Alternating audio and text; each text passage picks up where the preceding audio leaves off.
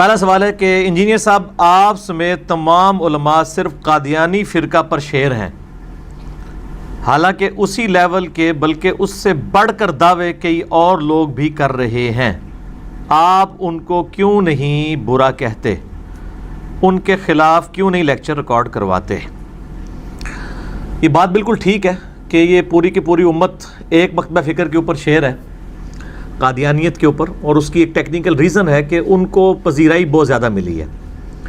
اگر آپ دیکھیں کہ قادیانیوں سے پہلے جتنے بھی اسلام کے فرقے آئے وہ وقت کے ساتھ ساتھ اس طریقے سے اسٹیبلش نہیں ہو سکے۔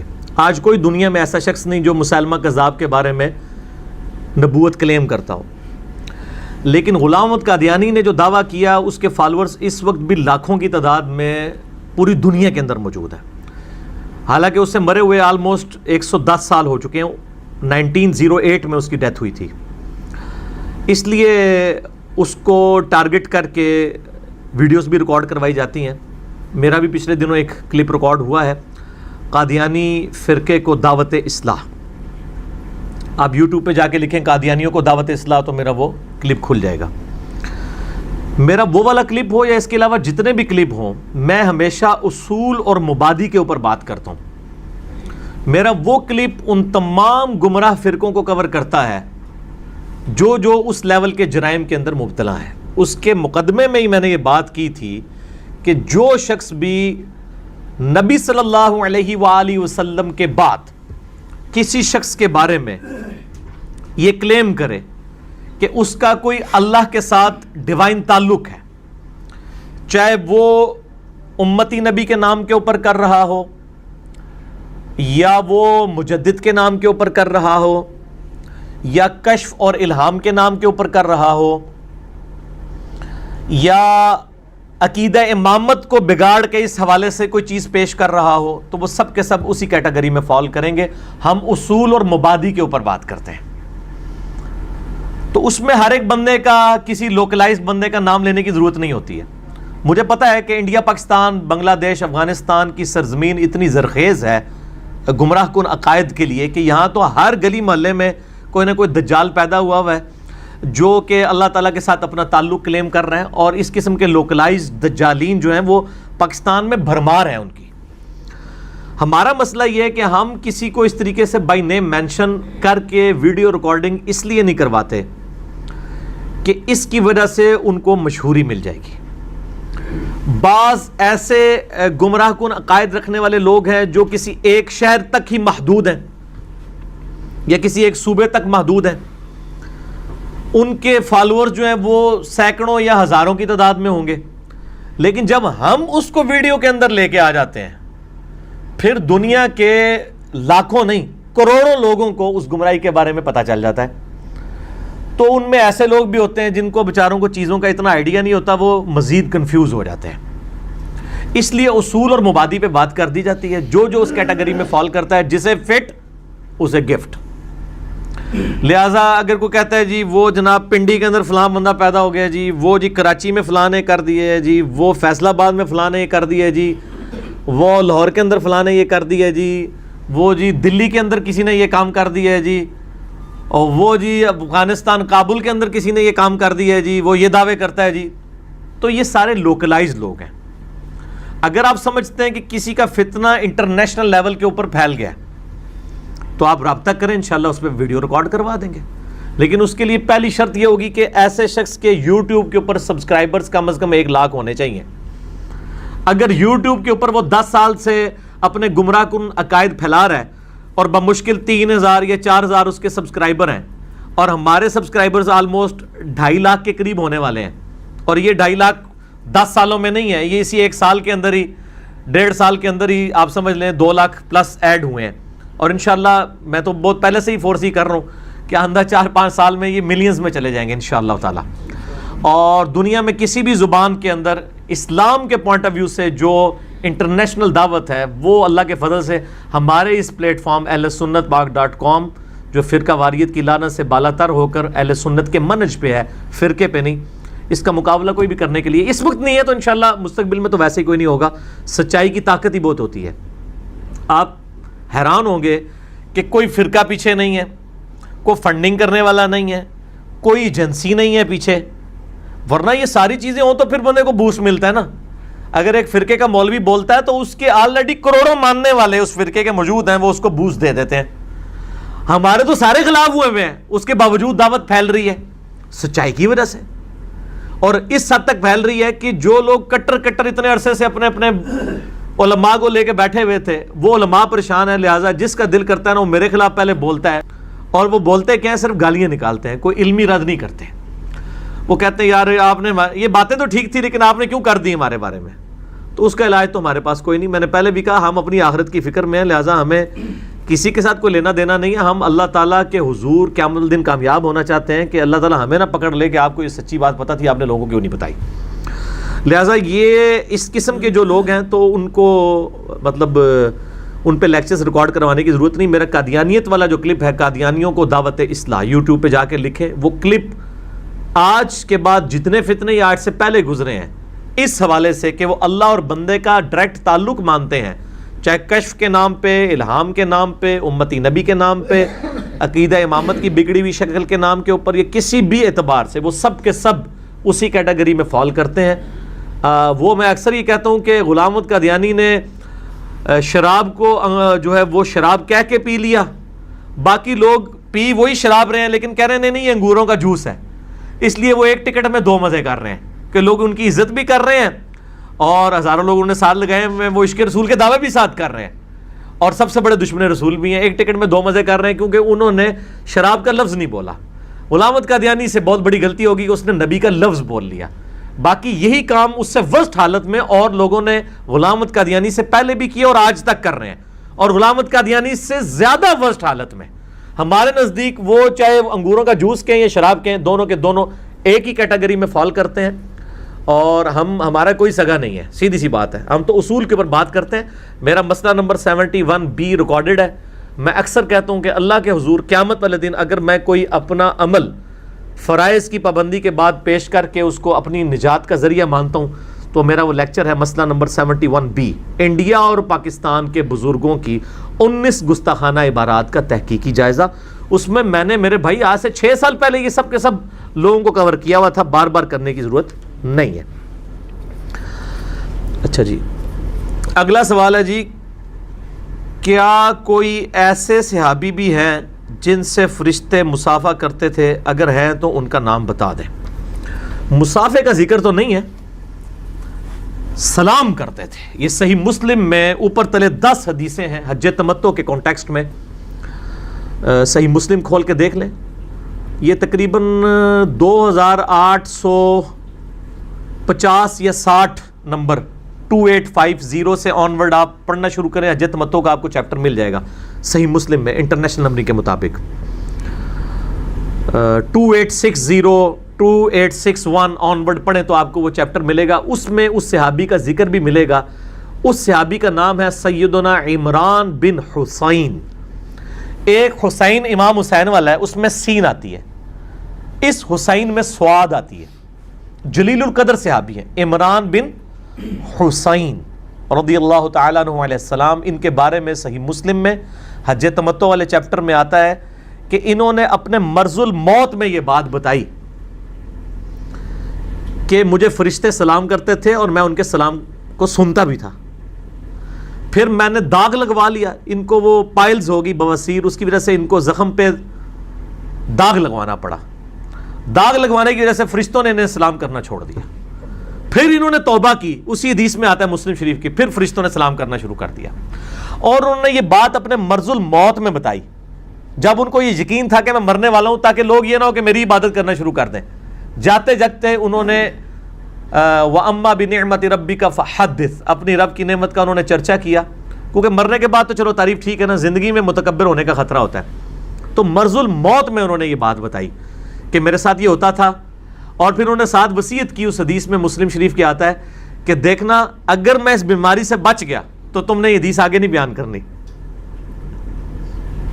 لیکن وہ بچے نہیں، وہ فوت ہی ہو گئے اس میں. تو اس حدیث میں ہی وہ الفاظ موجود ہیں کہ اسی عمران بن حسین رضی اللہ تعالیٰ عنہ نے حضرت عمر فاروق رضی اللہ تعالیٰ عنہ پہ سخت کامنٹس دیے تھے. حج تمتع پہ پابندی لگانے کی وجہ سے. یہ 10 حدیثیں ہیں اوپر تلے صحیح مسلم میں.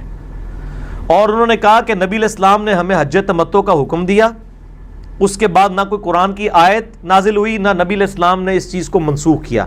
بلکہ میں نے تو بخاری مسلم میں بتایا کہ حضرت جابر بن عبداللہ نے نبی علیہ السلام سے پوچھا کہ یہ حج تمتع صحابہ کرام کے ساتھ خاص ہے قیامت تک کے لیے؟ تو نبی علیہ السلام نے یوں انگلیاں داخل کی اور فرمایا قیامت تک کے لیے حج اور عمرہ یوں داخل ہو گئے. اور امت نے پریکٹیکلی حج تمتع کو الحمدللہ اجماع امت نے قبول کیا.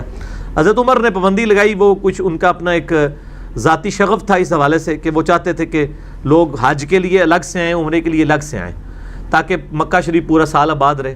لیکن باقی صاحب ظاہر ہے کہ وہ سخت تھے اس معاملے میں. وہ کہتے تھے کہ جس چیز کو نبی علیہ السلام نے جاری فرمایا آپ اس پہ کون ہوتے ہیں پابندی لگانے والے. جامعہ ترمذی میں 824 نمبر حدیث ہے, عبداللہ بن عمر نے کہا کہ جس چیز کا نبی علیہ السلام حکم دیں اور میرا باپ اس کی مخالفت کرے تو نبی علیہ السلام کی بات مانی جائے گی, میرے باپ کی نہیں. ان کے اپنے بیٹے نے مخالفت کی, مولا علی علیہ السلام نے مخالفت کی, اور مولا علی نے اپنے دور میں اس کو جاری فرمایا حج تمتع کو.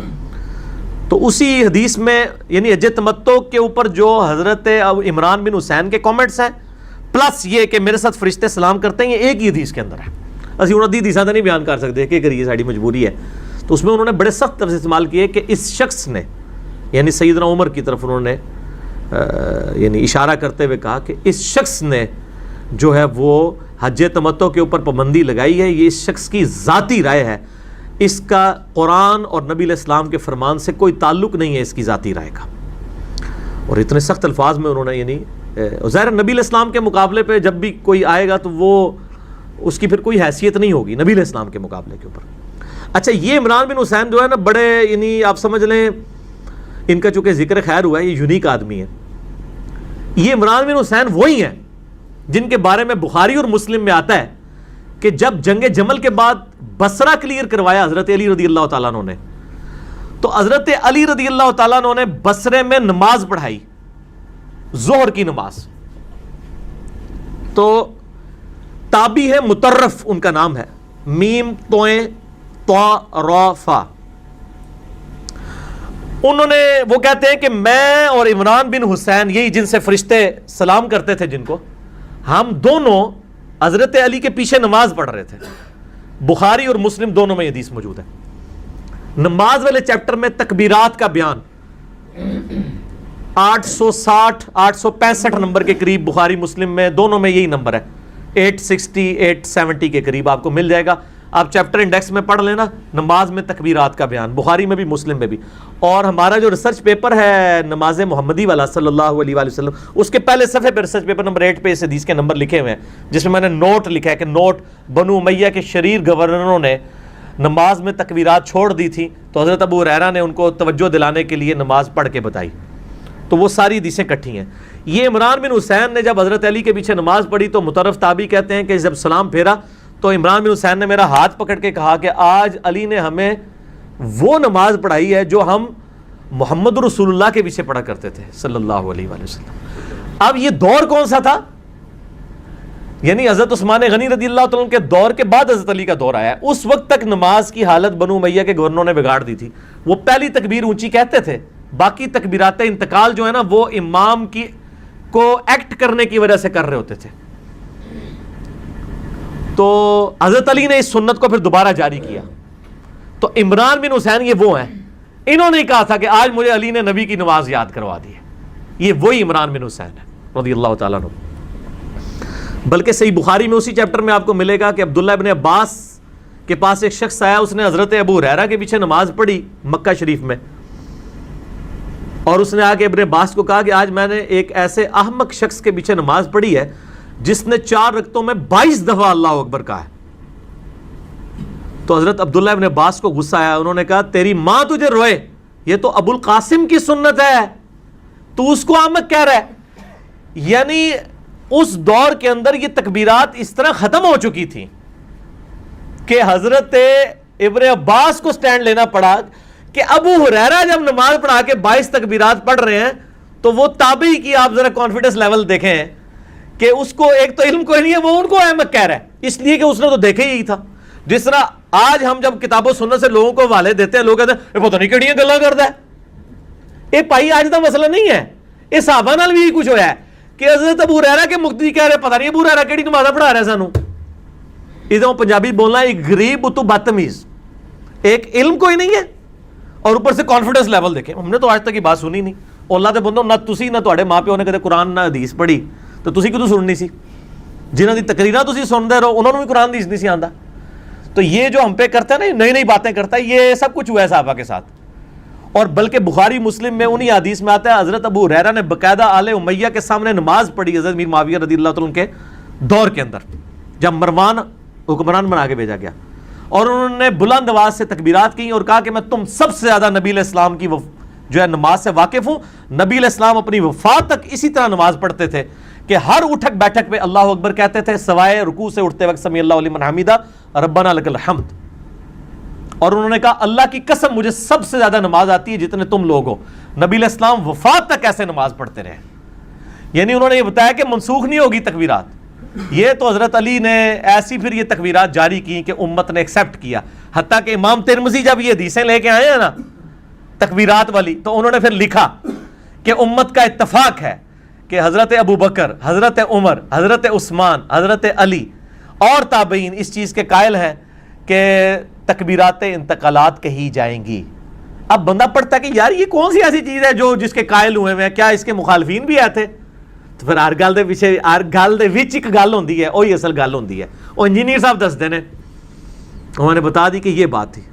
اب دیکھیں بات کہاں سے کہاں گئی. عمران بن حسین تھے اوتھے ہی رہ گئے تو کتنے مسئلے وچوں نکلے. اے مجلس دی برکات ہوندی ہے, مجلس اس کو کہتے ہیں.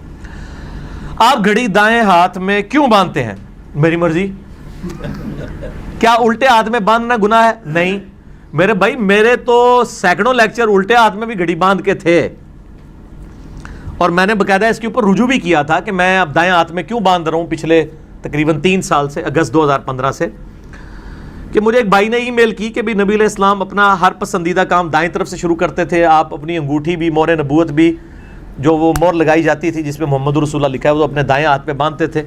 تو گھڑی کو بھی دائیں ہاتھ پہ باندھنا. اور پھر میں نے کئی غیر مسلموں کو دیکھا جب وہ مسلمان ہوئے تو انہوں نے دائیں ہاتھ پہ گھڑی باندھنا شروع کر دی. تو مجھے یہ چیز اٹریکٹ فل لگی, ایک یعنی مسلمان والا معاملہ. اور پھر پریکٹیکلی بھی نماز میں ہاتھ باندھتے وقت کمفرٹیبل ہے, کیونکہ اگر یہ موٹی موٹی جو گھڑیاں یہاں باندھی ہوتی ہیں جب آپ ہاتھ رکھتے ہیں نا تو وہ یہ دائیں ہاتھ کے نیچے وہ آ جاتی ہے. لیکن یہ گھڑی جو ہے نا وہ اس طرح رہتی ہے, اور اس کا بڑا فائدہ بھی ہوتا ہے کہ بعض اوقات آپ جو ہے وہ خیال بھی رکھ لیتے ہیں اس حوالے سے کہ جماعت کھڑنے میں ٹائم کتنا رہ گیا. اور نبی علیہ السلام کی یہ سنت ہے, ابو داؤد ترمذی میں موجود ہے کہ نبی علیہ السلام نماز پڑھنے کے دوران بغیر گردن ہلائے ادھر ادھر دیکھ لیا کرتے تھے. یہ جائز ہے اگر ضرورت کے تحت آپ کو دیکھنا پڑے, یعنی گھڑی کی طرف ٹائم دیکھنا پڑا ہے, یا کوئی موذی جانور آپ کی طرف آ رہا ہے, یا کوئی موذی انسان آپ کی طرف بڑھ رہا ہے, تو آپ یعنی دیکھ سکتے ہیں, یہ جائز ہے. تو اس طریقے سے نماز کے دوران قیام کی حالت میں آپ گھڑی کو بھی دیکھ سکتے ہیں. اگر دائیں ہاتھ پہ باندھی ہوگی تو دیکھنا بھی آپ کے لیے آسان ہو جائے گا. باقی یہ کہ صحیح بخاری میں ہے کہ ام عائشہ کہتی ہیں کہ نبی علیہ السلام اپنے پسندیدہ کاموں کو دائیں طرف سے شروع کرتے تھے. بائیں ہاتھ پہ بھی گھڑی باندھنا جائز ہے, یہ کوئی دین کا وہ مسئلہ نہیں کہ اس کے اوپر کوئی فتویٰ لگا دیا جائے. مسلم شریف میں ایک حدیث ہے کہ نبی علیہ السلام نے اپنے بائیں ہاتھ کی انگلی میں ایک دفعہ انگوٹھی پہنی تھی. ہے ایک دفعہ ہی ہے. آپ کا عمومی عمل دایاں ہاتھ ہی ہے. جیسے آپ کا عمومی عمل اونچی آواز میں جنازہ پڑھنا نہیں, پست آواز میں ہے, لیکن کبھی کبھار آپ نے اونچی آواز میں بھی جنازہ پڑھا ہے, یہ جواز ہے. اس طرح الٹے ہاتھ میں بھی انگوٹھی باندھی ہے, پہنی ہے, یہ جواز ہے, بالکل ٹھیک ہے, آپ پہنے, جائز ہے. گھڑی بھی پہنے, جائز ہے, لیکن عمومی عمل آپ قسم کا دائیں ہاتھ پہ ہے. اسی پہ ہم نے قیاس کیا, کتاب و سنت اجماع امت کی روشنی میں قیاس ہو سکتا ہے. آپ علماء کے ساتھ پبلکلی مناظرہ کر کے حق کی آواز کیوں بلند نہیں کرتے؟ کیا مناظرہ کرنا حرام ہے؟ پبلکلی میرے بھائی حق کی آواز تو بلند کر دی ہے, ضروری ہے کہ اب کسی کے ساتھ جا کے ہاتھا پائی کرنی شروع کر دیں. جب ہم نے یوٹیوب پہ ویڈیوز چڑھا دی ہیں اور لاکھوں کروڑوں تک بات پہنچ گئی, یہ کافی ہے. مناظرہ کرنے کا کوئی فائدہ نہیں ہونا. اس کی وجہ یہ ہے کہ جتنے بھی علماء ہیں یہ اپنے اپنے مکتبہ فکر کے گول کیپرز ہیں. گول کیپر کبھی بھی اپنے پول کے اندر فٹ بال نہیں پھینکے گا. آپ جو مرضی کر کے دیکھ لیں, انہوں نے کبھی بات قبول نہیں کرنی. اس لیے میرا شروع سے یہ موقف ہے, پہلے دن سے میں مناظروں کے خلاف ہوں. مناظرہ حرام نہیں, جائز ہے, کر سکتے ہیں, اور علماء کر رہے ہیں ماشاءاللہ, ان کو آپس میں کرنے دیں. ہمیں بیچ میں کیوں گھسیٹتے ہیں؟ ہمیں پتہ ہے کہ کسی منازعے کا کبھی اینڈ رزلٹ یہ نکلا ہے کہ منازعے کے بعد دوسرا بندہ کہتا ہو کہ ہاں جی میں آج سے رفع الیدین شروع کرتا ہوں. میں قائل ہو گیا ہوں آپ کی بات کا. اگر کوئی پہلے یہ رزلٹ نکلتے رہے ہیں تو ہم بھی کرنے کے لیے تیار ہیں, لیکن اس کا کوئی رزلٹ نہیں نکلنا, الٹا نقصان ہوگا. تو ہم دعوت حق کے حوالے سے شروع سے ہی پہلے دن سے یہی سٹانس ہے, 2008 سے جب سے یعنی لیکچرز دینے شروع کیے ہیں آج تک, کہ مناظرے کی بجائے آپ اپنے پوائنٹ آف ویو کو علمی طریقے سے پبلک کے سامنے رکھ دیں, باقی پبلک پھر خود فیصلہ کرے گی. عوام کی عدالت میں اپنا مقدمہ لے کے جائیں, کیونکہ عوام جو ہے نا وہ کسی کی خاص نہیں ہوتی ہے, اس کو جو بات حق بات پتہ چلتی ہے وہ قبول کر لیتی ہے. اس لیے ہمیں عوام سے امید ہے, اس لیے ہم یہ حق کی آواز اس طریقے سے بلند کرنے کے حق میں نہیں ہے. بعض علماء آپ کے کلپ سیاق و سباق سے ہٹا کر بدنام کر رہے ہیں, آپ بھی یہی حربہ استعمال کریں, کیونکہ محبت اور جنگ میں سب کچھ جائز ہوتا ہے. واہ, دیکھو نا ایسا بھی سوال ہے, کتنے سونے سونے سوال ہیں. اس سے میں پہلے ایک سوٹا لا لاں. یہ کوئی حدیث نہیں ہے کہ محبت اور جنگ میں سب کچھ جائز ہے. البتہ بخاری مسلم میں ایک حدیث ہے کہ جنگ کے دوران, یعنی جنگ دھوکے کا نام ہے, یہ حدیث ہے, یعنی جنگ کے دوران. تو ہماری تو کسی سے جنگ ہی نہیں ہے میرے بھائی, ہمارے تو علمی اختلاف ہے, جنگ تو ہے ہی نہیں کسی کے ساتھ. دوسرا, یہ ذلیل حرکت تو ہم نے زمانے جاہلیت میں کبھی نہیں کی تھی کہ کسی کے اوپر جھوٹا الزام لگایا جائے, چاہے جائے کہ اب اللہ نے ہمیں ہدایت دی ہے تو ہم یہ کام کرنے شروع کر دیں. باقی راہ علماء کر رہے ہیں, ہمیں کوئی پرواہ نہیں اس کی. میرے نبی علیہ السلام کے خلاف پچھلے 100 سالوں میں 60,000 کتابیں لکھی گئی ہیں, اور انہی 100 سالوں میں سب سے زیادہ اسلام تیزی سے پھیلا ہے. مسلمانوں نے 60,000 کتابوں کے 60 کتابوں کے بھی جواب نہیں دیے ہیں, بلکہ نبی علیہ السلام کی تعلیمات لوگوں کے سامنے رکھی ہیں. ہم بھی کسی کا جواب نہیں دیں گے. جو بات کر دی آن ایئر آ گئی, دوسرے بھی کر دیں, کاؤنٹر ویریفائی کریں, لوگوں کو پتہ چل جائے گا کیا حق بات ہے اور کیا جو ہے وہ ناحق ہے. کسی کا کلپ اس طریقے سے کاٹ کے آؤٹ آف کانٹیکسٹ کوٹ کرنے کی ضرورت نہیں ہے. باقی ظاہر ہے جن کے گھروں میں آگ لگی ہوئی ہے, جن کی یعنی آپ نے وہ ایک محاورہ بھی سنا ہوگا کہ دنیا میں سب سے بھاری چیز جو ہے نا وہ بوڑھے باپ کے کندھے کے اوپر جوان بیٹے کا جنازہ ہے. سنا ہوا نا؟ اس سے بڑی بھاری چیز یہ ہے کہ بوڑھے گمراہ باپ کے کندھے کے اوپر یا اس کے گھر کے اندر جوان ہدایت یافتہ بیٹے کا وجود ہے. یہ اس سے بھی زیادہ وزنی چیز ہے, اور ہمیں پتہ ہے کہ یہ ایسے ہے. تو اس لیے انہوں نے تو ہر ایک وہ حربہ استعمال کرنا ہے جس سے وہ حق کی آواز کو دبائیں, اور وہ چاہتے یہ ہیں کہ وہ یہی کام کرتے رہیں تاکہ ہم ان کے جواب دیں. تو میں ایک آف دا وے جا کے ایک مثال دے رہا ہوں کہ جس بندے کی نظر جو ہے منزل کی طرف ہوتی ہے نا, وہ راستے میں اگر کھڑا ہو کر ہر بھونکنے والے کتے کا جواب بھونک کے دینا شروع کر دینا تو اپنی منزل تک نہیں پہنچ سکتا. آپ اپنی آواز بلند کریں, اتنی بلند حق کی آواز ہوگی کہ خود بخود یہ باطل باتیں دب جائیں گی. ادروائز پھر لوگ اس اعتبار سے رونج میں آنا شروع کر دیتے ہیں. آپ اپنی بات, اور ہماری تو دعوت الحمدللہ اتنی اس اعتبار سے سافٹ ہے کہ باقی سارے اختلاف کر کے باقی فرقوں کو اسلام سے بھی باہر نکالتے ہیں اور کہتے ہیں کہ دوسرے کے پیچھے نماز نہیں ہوتی, اور ہم کیا کرتے ہیں اختلاف رائے کر کے کہتے ہیں سارے ہی بھائی ہیں, سب کے پیچھے نمازیں بھی پڑھتے ہیں. تو ہماری دعوت کو پھیلنے کے لیے کوئی چیز رکاوٹ نہیں ہے, کیونکہ یہاں پہ انتشار تو ہے ہی نہیں ہے, یہاں تو محبت ہی محبت ہے اور اتحاد ہی اتحاد ہے, کتاب و سنت کے ساتھ اتحاد. کسی فرقے کے ساتھ ہمارا اتحاد نہیں ہو سکتا, کتاب و سنت کے ساتھ اتحاد ہے. جو اس کے اوپر آ جائے اس کے ساتھ ہمارا اتحاد ہے. بخاری و مسلم کی حدیث ہے کہ مؤمن وہ ہے جس میں 3 نشانیاں ہوں, اس نے ایمان کی حلاوت چکھ لی. نمبر 1, اللہ اور اس کے رسول صلی اللہ علیہ وآلہ وسلم اسے پوری دنیا میں سب سے بڑھ کے محبوب ہوں. نمبر 2, دوستی اور دشمنی کا معیار اللہ کی ذات ہو. اور نمبر 3, کفر کی طرف لوٹایا جانا اتنا ہی مشکل ہو جائے جتنا زندہ آگ میں جلایا جانا. اگر کسی شخص کو یہ کہا جائے کہ آگ میں پھینک دیا جائے گا ایمان چھوڑ دے, اور وہ کہے جی میں جل جاؤں گا ایمان نہیں چھوڑوں گا, جو اس لیول کا مومن ہے نا اسی کو ایمان کی حلاوت ہے. تو یہ ہر بندے کو خود تھرمامیٹر لگا کے چیک کرنا چاہیے کہ وہ اپنی لائف سٹیک کے اوپر لگا کے کیا ایمان کے اوپر استقامت کے لیے تیار ہے, تو وہ سمجھ لے مومن ہے, ورنہ وہ خالی خلی مسلمان ہی ہے. ٹھیک ہے جی. تو یہ انسان کو اپنا انالیسس خود کرتے رہنا چاہیے.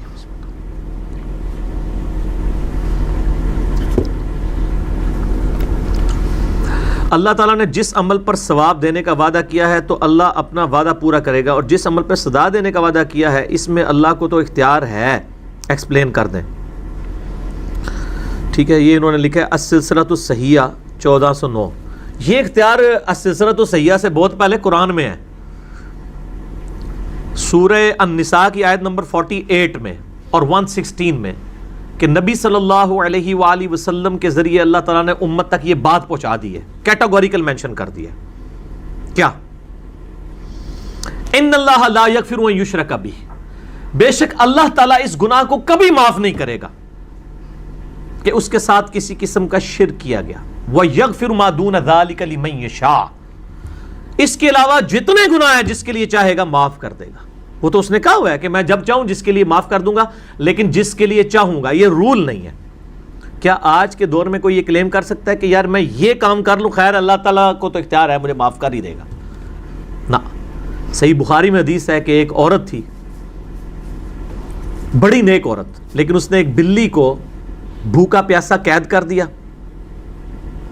اور اس کی وجہ سے وہ بلی مر گئی، اور نبی علیہ السلام فرماتے ہیں کہ وہ عورت اس کی وجہ سے آگ میں جل رہی ہے۔ یہ تو لوگ کہتے ہیں کہ اللہ تعالیٰ چاہے تو چھوٹی سی نیکی پہ بخش دے گا، تو اللہ تعالیٰ چاہے تو چھوٹے سے گناہ پہ پکڑ بھی لے گا، یہ بھی تصویر کا دوسرا رخ ہے۔ اسی لیے اللہ تعالیٰ نے فرمایا نا سورۃ الحجر میں، نبی عبادی انی انا الغفور الرحیم، اے نبی علیہ السلام میرے بندوں کو یہ بتا دیجئے کہ بے شک میں بخشنے والا مہربان ہوں، لیکن میرا عذاب جو ہے وہ بھی شدید عذاب ہے۔ ٹھیک ہو گیا؟ یعنی دونوں تصویر کے رخ بتانے ہیں، ایک نہیں بتانے ہیں کہ بہت غفور الرحیم ہے، دونوں چیزیں اکٹھی آئی ہیں۔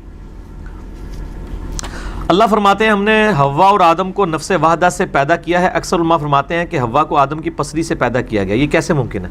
یہ ہے قرآن حکیم میں میرے بھائیوں۔ اللہ تعالیٰ نے سورۃ النساء کے شروع میں ارشاد فرمایا، اعوذ باللہ من الشیطان الرجیم، بسم اللہ الرحمن الرحیم۔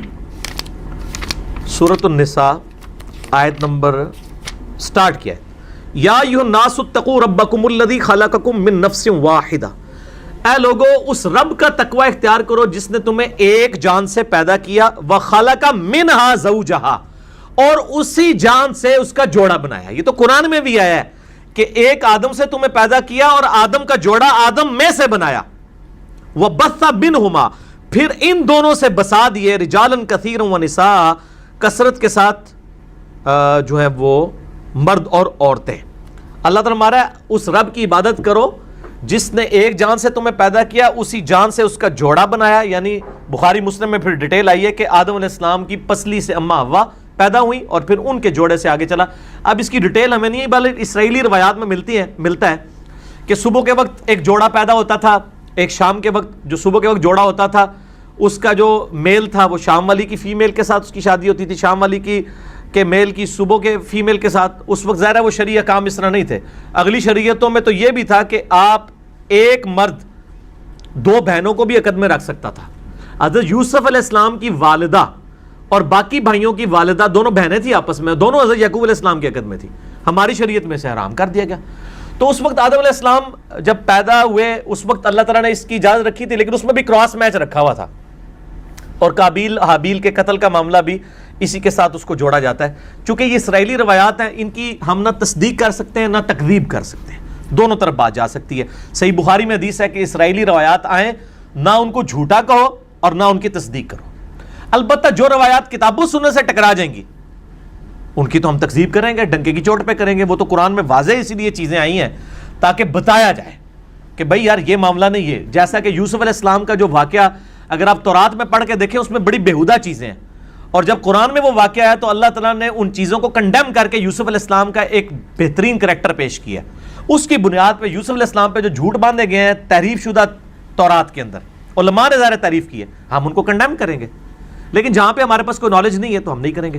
اس کمپیریزن کو اگر کسی نے پڑھنا ہے نا تو مولانا مودودی رحمہ اللہ کی تفہیم القرآن پڑھیں، انہوں نے کمال کر دیا ہے۔ سورہ یوسف کی تفسیر میں انہوں نے تورات کا سورہ یوسف کا بیان جو ہے حضرت یوسف علیہ السلام کی بایوگرافی اور قرآن کو کمپیئر کیا ہے، اور یہ کمپیریزن اتنا حسین ہے کہ ڈاکٹر اسرار صاحب کی ویڈیو ریکارڈڈ ہے بیان القرآن میں سورہ یوسف کی تفسیر میں، کہ میری زندگی جس نے قرآن کی طرف بدلی وہ تفہیم القرآن میں سورہ یوسف کی تفسیر تھی مولانا مودودی کی۔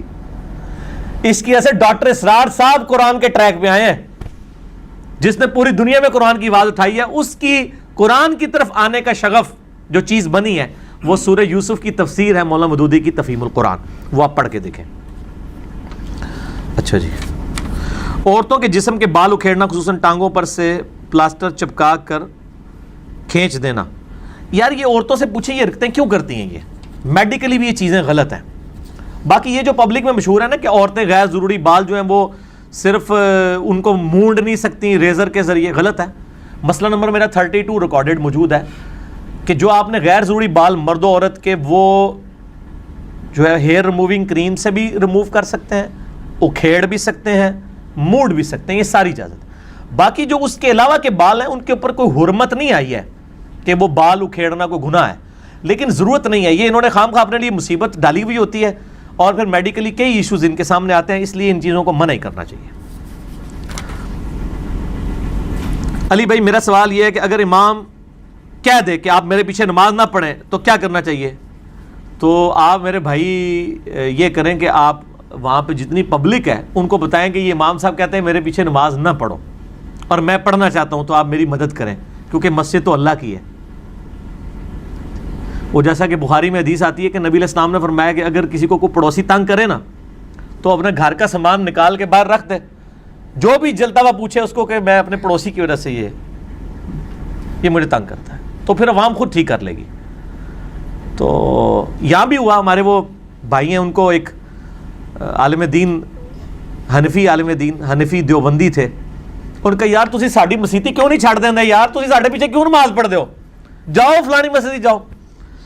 تو انہوں نے بڑے ٹھنڈے دل سے بات سنی اور انہوں نے کہا کہ بھئی ہم اس لیے آپ کے پیچھے نماز پڑھتے ہیں کہ سنن الکبریٰ البیہقی میں صحیح سند کے ساتھ ہے کہ عبداللہ بن عمر کہتے ہیں کہ جب تک خوارج کی مسجدوں سے حی علی الصلاۃ حی علی الفلاح کی اذان کی آواز آئے گی اور ہمیں یہ سلام کریں گے, ہم ان کے سلام کا جواب بھی دیں گے, اذانوں کا جواب بھی دیں گے, ان کے پیچھے نمازیں بھی پڑھیں گے, اور جب یہ ہمیں کہیں گے کہ ہم اپنے مسلمان بھائیوں کو قتل کریں پھر ہم ان کا ساتھ نہیں دیں گے.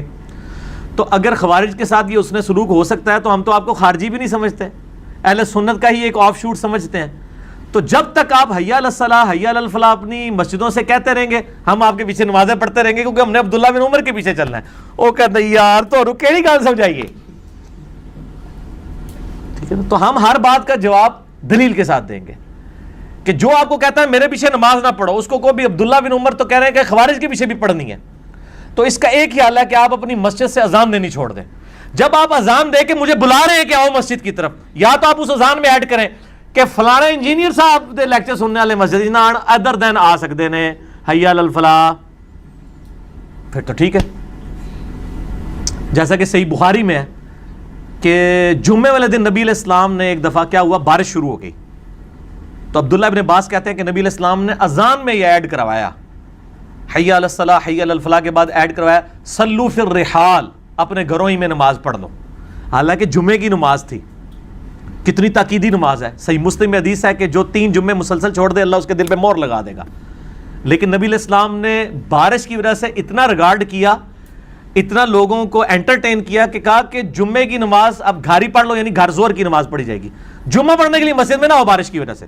تو باقی نمازیں تو بہت چھوٹی ہیں. جمعہ تو مسلمانوں کی پبلک گیدرنگ ہے ہفتہ وار, مستقبل کا لائے عمل تیار کرنے کے لیے ایک جماعتی زندگی کے اندر, لیکن نبی علیہ السلام نے اس میں بھی ایکسیپشن دے دی. تو یہ اتنی تو سنت ہے, آپ اسی پہ ہی اجتہاد کرتے ہوئے نا قیاس کر لیں, چونکہ آپ میں قیاس بہت زیادہ ہے نا, کہ آپ اپنی اذان میں یہ ایڈ کر لیں کہ جی جو فلاں لوگ ہیں جو کتاب و سنت پہ چلنے والے ہیں اور جو بخاری اور مسلم میں لکھے ہوئے سنت کے طریقے کے مطابق نماز پڑھتے ہیں وہ ہماری مسجد میں نہ آئیں, ہماری مسجد میں وہی لوگ آئیں جو ہمارے بزرگوں کے لکھے ہوئے طریقے کے مطابق نماز پڑھتے ہیں. تو بس پھر ٹھیک ہے, اگر آپ میں اتنی جرت ہے, جب آپ اتنی جرت کریں گے تو پھر انشاءاللہ ہم اس پہ غور و تفکر شروع کر دیں گے. نماز جنازہ اور عام نماز کا درود ایک ہی ہے, اللہ تعالیٰ کوئی نہیں میرے بھائی, درود ایک ہی ہے, درود ابراہیمی یا اس کا پہلا حصہ اللہم صلی علی محمد وعلی آل محمد. یہ درود آپ نے قنوت وتر میں بھی پڑھنا ہے, دعائے قنوت کے بعد, نماز جنازہ کی بھی دوسری تکبیر کے بعد پڑھنا ہے. اور اس کے علاوہ نبی علیہ السلام کے صحابہ کرام کے بارے میں آتا ہے مسند امام احمد میں, مولا علی کے بارے میں, کہ جب بھی وہ تقریر شروع کرتے تھے تو حمد و ثنا کے بعد شروع کرتے تھے. درود شریف پہ میرا مسئلہ نمبر 56 دیکھ لیں, میں نے 8 مواقع بتائے ہیں جن مواقع پہ سنت ہے درود شریف پڑھنا, مسجد میں داخل ہوتے وقت بھی درود شریف پڑھنا سنت ہے. تو یہ الگ الگ کوئی نہیں ہے, انہوں نے الگ الگ بنا دیے ہیں.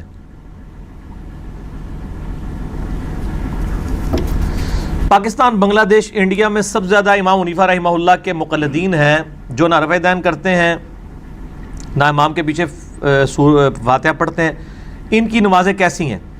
ان کی نمازوں کی آپ ٹینشن نہ کریں. آپ یہ فائدہ آپ اللہ کا شکر ادا کریں کہ آپ کو مرنے سے پہلے یہ بات پتہ چل گئی ہے کہ یہ بات صحیح ہے. ان کا معاملہ آپ اللہ پہ چھوڑیں. آپ تو ہم سے یزید کے بارے میں بھی پوچھیں گے نا کہ اس کے ساتھ آخرت میں کیا ہوگا. ہم اس سے سخت نفرت رکھتے ہیں, اس کے خلاف لیکچرز ریکارڈ کرواتے ہیں, پھر بھی آخرت کا فیصلہ ہم اس کی نہیں کرتے. تو جائے ان لوگوں کی آپ بات کریں, ان کا معاملہ اللہ کے سپرد ہے. آپ بس دعوت کا کام کریں.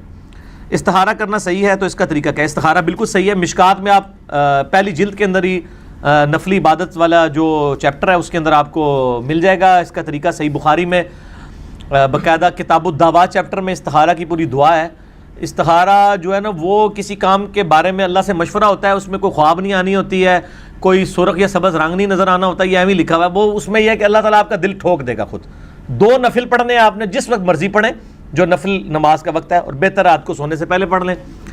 اور اس کے بعد وہ دعا مانگ لیں. اس دعا میں کیا ہے کہ اللہ یہ کام اگر دنیا آخرت اور میری معیشت کے اعتبار سے میرے حق میں بہتر ہے تو اس کو میرے حق میں اچھا کر دے اور مجھے اس سے راضی کر دے, اور اگر نہیں ہے تو مجھے اس سے دور کر دے, اس کو مجھ سے دور کر دے اور مجھے اس پہ راضی کر دے.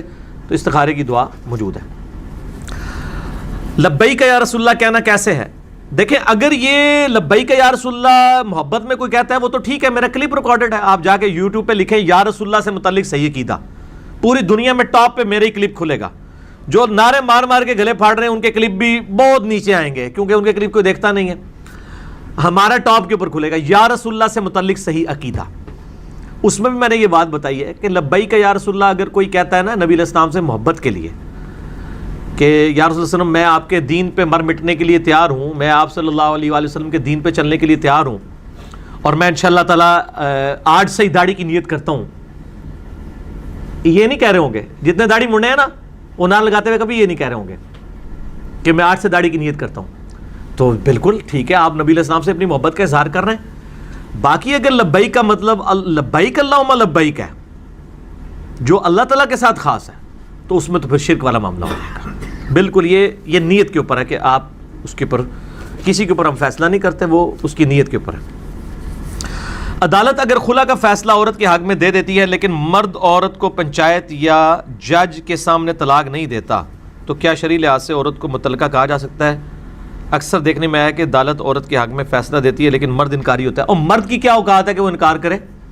مرد انکاری ہوتا ہے, مرد بدماشی پہ اترا ہوتا ہے تو وہ بیچاری عدالت میں جاتی ہے نا. بڑی ہمدردی تو انہوں مردانہ اللہ دے بندے ہو, مرد بدماشی کر رہا ہوتا ہے نا. اگر کوئی عورت ناحق مرد سے طلاق لے رہی ہے تو دنیا کے قانون میں وہ طلاق لے سکتی ہے, اور خلا اگر طلاق نہ ملے تو خلا عدالت سے لے سکتی ہے, یہ اس کا رائٹ ہے. جو بدماش مرد ناحق عورتوں کو طلاق دے رہے ہوتے ہیں وہ کہتے ہیں ہمارا حق ہے, دونوں طرف حق ہے. کسی نے ناحق طلاق دی یا کسی نے ناحق خلا لیا, دنیا میں وہ اسٹیبلش ہو جائے گا, آخرت میں اللہ تعالیٰ اس کو پوچھ لے گا تو نے یہ کیوں کیا. ورنہ کسی عورت سے یہ حق آپ چھین نہیں سکتے کہ وہ کہ جی میں اس مرد کے ساتھ نہیں رہنا چاہتی. لوگ کہتے ہیں جی وہ وجہ ہی کوئی نہیں. سب سے بڑی وجہ یہ ہے کہ وہ کہتی ہے کہ میں تیرے ساتھ نہیں رہنا چاہتی. اس تو بڑی کڑی وجہ ہوئے گی.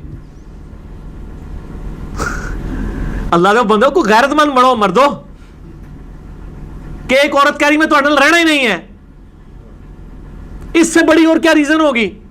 صحیح بخاری میں حدیث ہے کہ وہ ایک صحابی تھے, ان کی بیوی بھی لونڈی تھی اور وہ خود بھی غلام تھے. اسلام میں رول یہ ہے کہ اگر دونوں میں سے وہ اگر بیوی آزاد ہو جاتی ہے تو وہ پھر تنسیخ نکاح والا معاملہ کر سکتی ہے, اور وہ ان کی بیوی آزاد ہو گئی تو اس نے اپنے خاوند سے جو علادگی اختیار کر لی. اب وہ خاوند جو ہے وہ صحیح بخاری میں آتا ہے وہ گلیوں میں پھرتا تھا, روتا تھا, اس کی داڑھی آنسوؤں سے تار ہو جاتی تھی, ایڈا بڑا عاشق سیدھے ہو. نبی علیہ السلام کو بھی ترس آ گیا. آپ نے اس کی منکوحہ کو بلا کے کہا کہ تو دیکھ نہیں رہی تیرے خاوند کی کیا حالت ہے, تو اس کے ساتھ ہی رہ.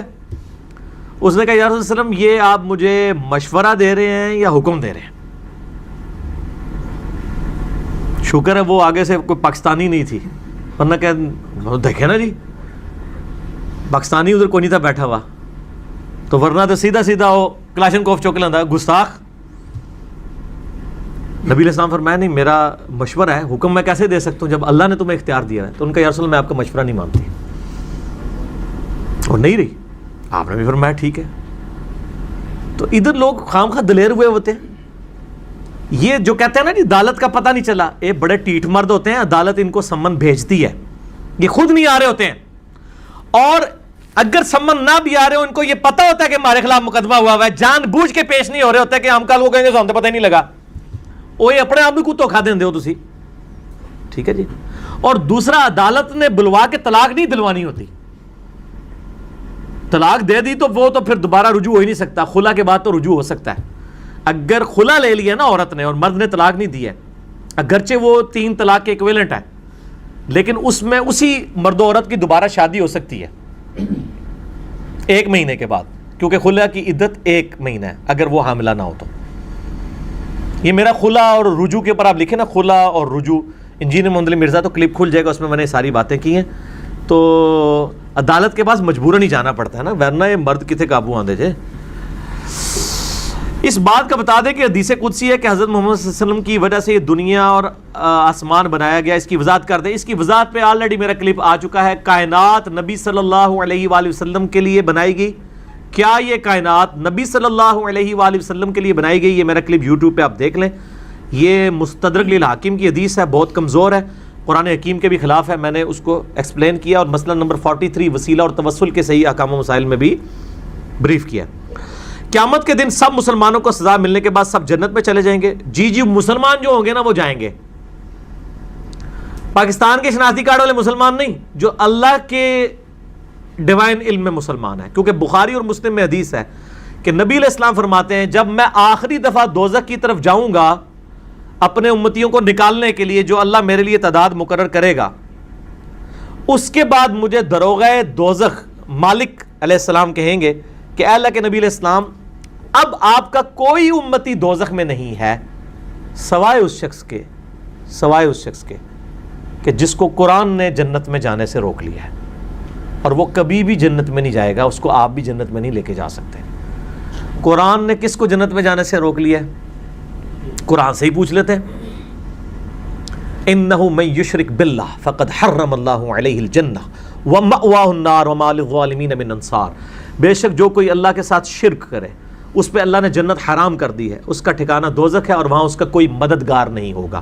حتیٰ کہ بخاری و مسلم کی حدیث ہے اللہ نے ہر نبی کو ایک دعا دی جو اس نے اس دنیا میں کر لی، اور میں نے اپنی دعا اپنی امت کے لیے سنبھال کے رکھی ہے.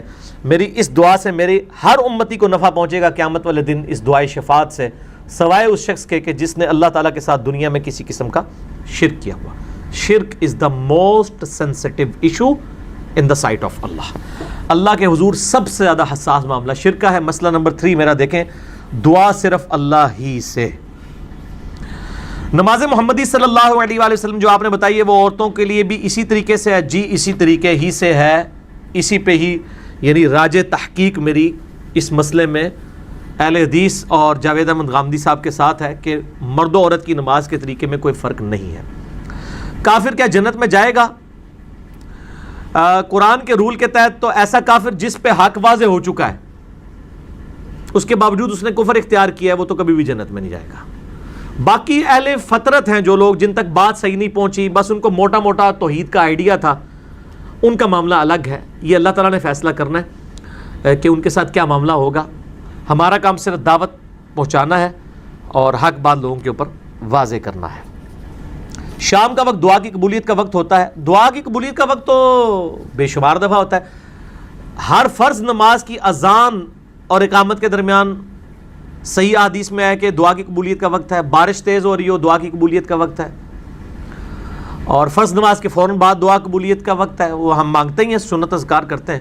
شام کے وقت والا مجھے نہیں پتا، بال شام کے اذکار تو اس وقت کریں.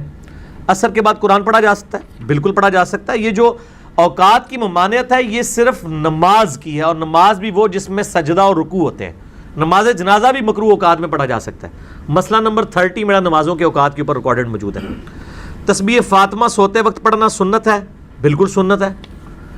نبی علیہ السلام نے تعلیم فرمائی ہے 33 دفعہ سبحان اللہ، 33 دفعہ الحمدللہ، 34 دفعہ اللہ اکبر. سنت ہر وہ عمل ہے جو آپ علیہ السلام نے خود کیا یا آپ نے تعلیم فرمایا.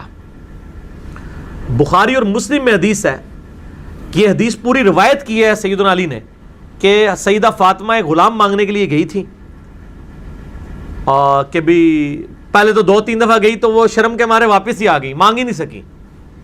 نبی علیہ السلام خود آئے اور حضرت علی کہتے ہیں میں اور فاطمہ ایک بسترے میں لیٹے ہوئے تھے، بخاری مسلم دونوں میں ہے، نبی علیہ السلام پاؤں کی جانب سے ہمارے بسترے میں داخل ہوئے، حتیٰ کہ آپ کے مبارک قدموں کی ٹھنڈک ہم نے اپنے سینے پہ محسوس کی۔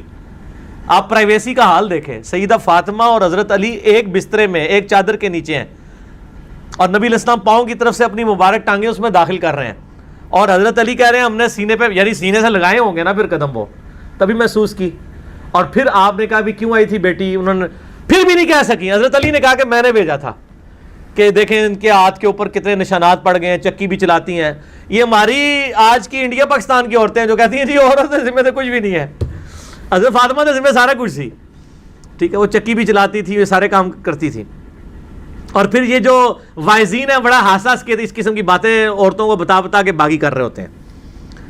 تو پھر نبی علیہ السلام نے فرمایا میں تم اس سے بہتر چیز دیتا ہوں کہ جب بسترے پہ آؤ 33 دفعہ سبحان اللہ، 33 دفعہ الحمدللہ، 34 دفعہ اللہ اکبر۔ اور یہ تسبیحات بخاری اور مسلم میں فرض نماز کے بعد بھی آئی ہیں۔ سمندر کے برابر بھی، جھاگ کے برابر بھی گناہ ہے تو دھل جائیں گے، بخاری مسلم کے الفاظ ہیں۔ 100 پورا کرنے کے لیے یا تو ایک دفعہ اللہ اکبر کہہ دیں، تینوں 33 دفعہ پڑھیں اور ایک دفعہ اللہ اکبر کہہ کے تو 100 ہو جائے گا، یا تینوں 33 دفعہ اور 100 پورا کرنے کے لیے لا الہ الا اللہ وحدہ لا شریک لہ لہ الملک ولہ الحمد وہو علی کل شیء قدیر۔ یہ ہمارے گرین کارڈ کے اوپر لکھا ہوا ہے۔ اور رات کو سوتے وقت جو ہے وہ 33 اور 34 ہے، 33 دفعہ سبحان اللہ، 33 دفعہ الحمدللہ، 34 دفعہ اللہ اکبر۔ اور سیدنا علی کہتے ہیں کہ نبی علیہ السلام نے جب وظیفہ دیا تو اس کے بعد میں نے کبھی بھی نہیں چھوڑا۔ لیکن یہ حدیث یہاں پہ ختم نہیں ہوتی، بخاری اور مسلم میں اسی حدیث کے آگے الفاظ ہیں کہ ایک تابعی نے پوچھا کہ جنگ صفین کی راتوں میں بھی آپ یہ وظیفہ کرتے تھے؟ اے جنگ جمع صفین ہے، وہاں تو جان نہیں توڑی چھوڑ سکتی، یہ ہر جگہ آئے گی، ہر جگہ آئے گی۔ اب یہ حضرت فاطمہ کی جو تسبیح فاطمہ والی حدیث ہے ادھر بھی صفین آئی ہوئی ہے، یہ حدیث پوری یوں ہے۔ مجھے وہ یاد آ گیا، جون 2012 کی بات ہے، شیخ زبیر علی زئی رحمہ اللہ تعالی جمعہ پڑھانے کے لیے G10 کی مسجد میں آئے اسلام آباد۔ یہ میری آخری ملاقات تھی جو میں نے ان سے کی ان کی ہوش میں۔ اس کے بعد پھر 2013 میں تو قومے میں چلے گئے، تو انہوں نے جمعہ پڑھایا، تو جمعے کے دوران یہ حدیث آ گئی تسبیحات فاطمہ۔ اب میرے کان کھڑے ہو گئے، میں کہہ رہی ہوں بیٹھے نے سارے اہل حدیث، شیخ صاحب ادھی حدیث بیان کر دینا یا پوری؟ تو میں کہا انہوں نے جی ادھی کی تھی، میں انہوں نے چھڈنا، میں تو پہلے کہنا کہ پوری حدیث بیان کرو۔ لیکن شیخ زبیر صاحب جب میں سامنے بیٹھا ہوں نا تو وہ ان کے 14 طبق روشن ہوتے تھے کہ میں نے کوئی ایسا معاملہ نہیں کرنا۔ پہلا تو انہوں نے حدیث بیان کرتے ہوئے لفظ استعمال کیا کہ مولا علی علیہ السلام نے، پہلے تو انہوں نے لفظ ہی مولا علی بولا، اچھا 2-3 بار بول کے پھر انہوں نے کلیئر کیا کہ مولا کا مطلب ہے دلی محبوب۔ اور پھر یہ حدیث بیان کر کے نا پھر اینڈ پہ کہتے ہیں کہ بھی ایک تابعی نے پوچھا کہ جنگ صفین کی راتوں میں بھی آپ یہ وظیفہ کرتے تھے تسبیحات فاطمہ والا، کیونکہ وہ آپ کے اوپر ایک مشکل وقت تھا، کیٹاسٹرافک کنڈیشن ہے، جنگ کے دوران ہے۔ تو مولا علی نے پھر اس کے جواب میں کہا کہ اللہ کی قسم میں نے صفین کی راتوں میں بھی یہ وظیفہ نہیں چھوڑا، میں نے ہمیشہ اس کو حرز جاں بنایا اس وظیفے کو۔ اور یہ یقین کریں اس وظیفے کو آپ عادت ڈالیں، پورے دن کی تھکاوٹ دور ہوگی، بیماری میں وظیفہ کریں بیماری دور ہوگی۔ ایک معوذات صحیح مسلم میں آتا ہے، آخری 3 صورتیں نبی علیہ السلام کے گھر میں جب بھی کوئی بیمار ہوتا تھا آخری 3 صورتیں 3 دفعہ پڑھ کے اس پہ پھونک دیتے تھے۔ اور یہ والا وظیفہ صفین کی راتوں میں، میرا ایک دفعہ تھا میں نے کہا ایک کلپ بنایا جائے صفین کی راتوں میں اور آگے سوالیہ نشان اور یہ حدیث پوری بیان کی جائے۔ ویسے میں نے یہ حدیث بہت پہلے بھی بیان کی، 2012 میں بھی، جو صلاۃ و تسبیح پہ میرا مسئلہ نمبر 91 ہے، اس میں میں نے یہ حدیث پوری بیان بھی کی تھی، صفین کی راتوں والا بھی۔ بعض لوگ ایاک نعبد پڑھتے ہیں، علماء سے سنا ہے کہ ایسے پڑھنا توحید کے مخالف ہے، لفظ نعبد ہے، نعبدو پڑھتے ہیں، نہیں نعبدو تو نہیں ہے لمبا، دال کے اوپر پیش ہے، وہ آدھا الف کھینچا جائے گا ایک حرکت، ایاک نعبد و ایاک نستعین، ٹھیک ہے، وہ نعبدو تو کوئی نہیں پڑھ رہا ہوتا۔ لفظ نعبد، نعبد تب ہے جب آپ وقف کریں، آدھی آیت میں تو آپ نے وقف نہیں کرنا نا، وہ تو ٹھیک ہے ایاک نعبد۔ اچھا یہ سوال لکھنے والا خود قرآن تو پہلے کھول کے پڑھ لے کہ قرآن میں دال کے اوپر جزم ڈلی ہوئی ہے یا پیش ڈلی ہوئی ہے، تو مجھ سے سوال کرنے کی ضرورت ہی نہ پڑتی۔ نعبد و ایاک نستعین، اگر یہ آپ اس کو وقف کریں گے اس طرح کے اس میں سورہ فاتحہ میں ایک اور چیز بھی آتی ہے، وہ بھی میں آپ کو بتا دیتا ہوں.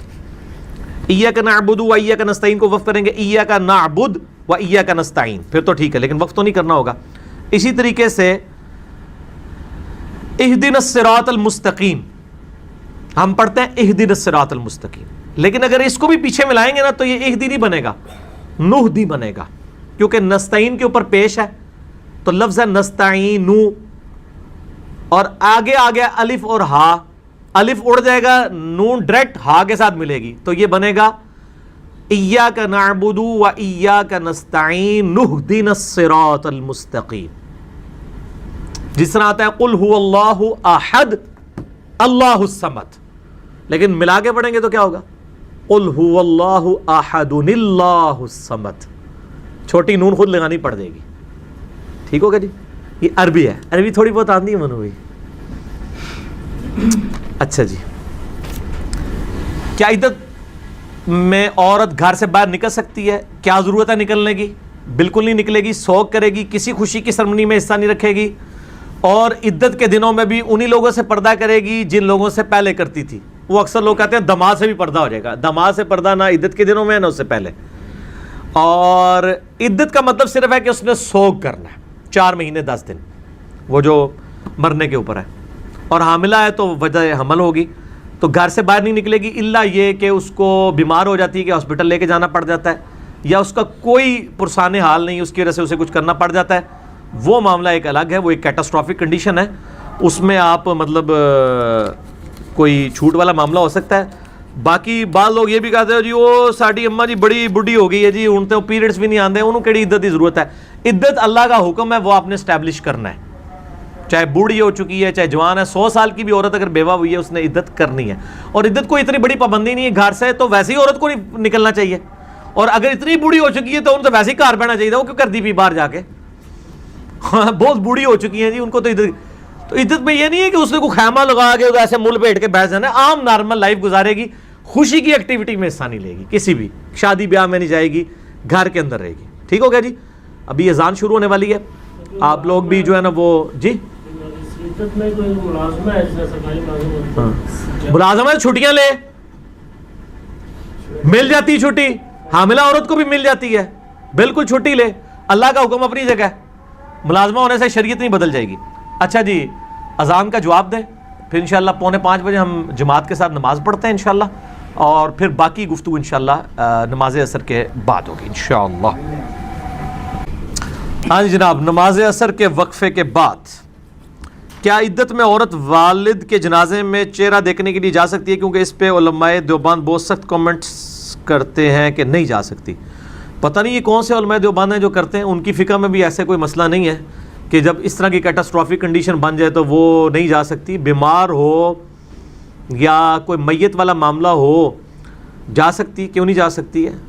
اور اس میں جو ہے وہ عجیب و غریب قسم کی انہوں نے روایتیں بھی کوٹ کی ہوئی ہیں کہ خاوند کی اجازت کے بغیر وہ باپ کا چہرہ بھی نہیں جا کے دیکھ سکتی، اگر خاوند بیوی کو اجازت نہیں دیتا گھر سے نکلنے کی تو وہ نہیں نکل سکتی. بالکل جھوٹ ہے، یہ تو دل جلے تھے کچھ خاوند جنہوں نے بیٹھ کے یہ ساری باتیں گھڑی ہیں. اسلام میں اس طرح کا ظلم کوئی نہیں ہے. ٹھیک ہے جی، بالکل جھوٹ ہے یہ. سیرت النبی صلی اللہ علیہ وآلہ وسلم پر کوئی اچھی سی کتاب بتا دیں. قرآن حکیم، نبی علیہ السلام کی سیرت پہ سب سے اتھینٹک کتاب کتاب اللہ ہے، اور باقی جتنی کتابیں ہیں اس میں جھوٹے سچے مضبوط کمزور سارے واقعات موجود ہیں. سیرت النبی پہ سب سے بیسٹ کتاب ہے قرآن حکیم. اس کے بعد اگر کوئی کتاب ہے تو صحیح بخاری، صحیح مسلم، پوری آپ کی سیرت ہی ہے کہ آپ علیہ السلام کیسے کھانا کھاتے تھے، کیسے نماز پڑھتے تھے، کیا کرتے تھے. اتھینٹک چیز تو وہی ہیں. باقی اگر آپ کہیں کہ وہ بایوگرافی والی کہ آپ کی والدہ کا کیا نام تھا، آپ کے دادا کا کیا نام تھا، اس قسم کی کتابیں وہ انٹرسٹ کے لیے آپ ضرور پڑھیں. ان کا تعلق دین کے ساتھ نہیں ہے، کیونکہ اگر وہ دین کے ساتھ ان کا تعلق ہوتا تو قرآن حکیم میں نبی علیہ السلام کے اوپر کوئی چیپٹر ہوتا ہے جس میں لکھا ہوتا کہ آپ فلاں گھر میں پیدا ہوئے، آپ کے ابو کا یہ نام تھا، آپ کی امی کا یہ نام تھا. قرآن میں کوئی نہیں آیا، اسی لیے کہ نبی علیہ السلام کی زندگی کے اور پہلو اس سے زیادہ امپورٹنٹ ہیں آپ علیہ السلام کو فالو کرنے کے اعتبار سے. باقی اس قسم کی آپ کو انفارمیشن چاہیے تو ایک اہل حدیث عالم ہے، ان کی کتاب ہے ایوارڈ یافتہ، پوری دنیا میں ٹاپ آف دا لسٹ سیرت کے اوپر کتاب ہے الرحیق المختوم.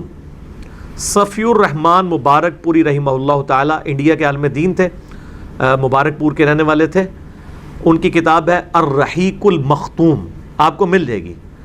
آپ کسی بھی اچھی دکان پہ جا کے کہیں سیرت کی ایوارڈ یافتہ کتاب بتائیں جس کو شیخ فیصل ایوارڈ، دنیا کا سب سے بڑا ایوارڈ ملا ہوا ہے، تو وہ آپ کو کتاب بتا دیں گے. 400-450 صفحوں کی کتاب ہے ایک ہی جلد کے اندر. عربی جمعہ خطبہ میں کیسے بیٹھنا چاہیے؟ پہلی تو بات یہ کہ یہ عربی جمعہ اور اردو جمعہ یہ لادہ انہوں نے کیا ہوا ہے.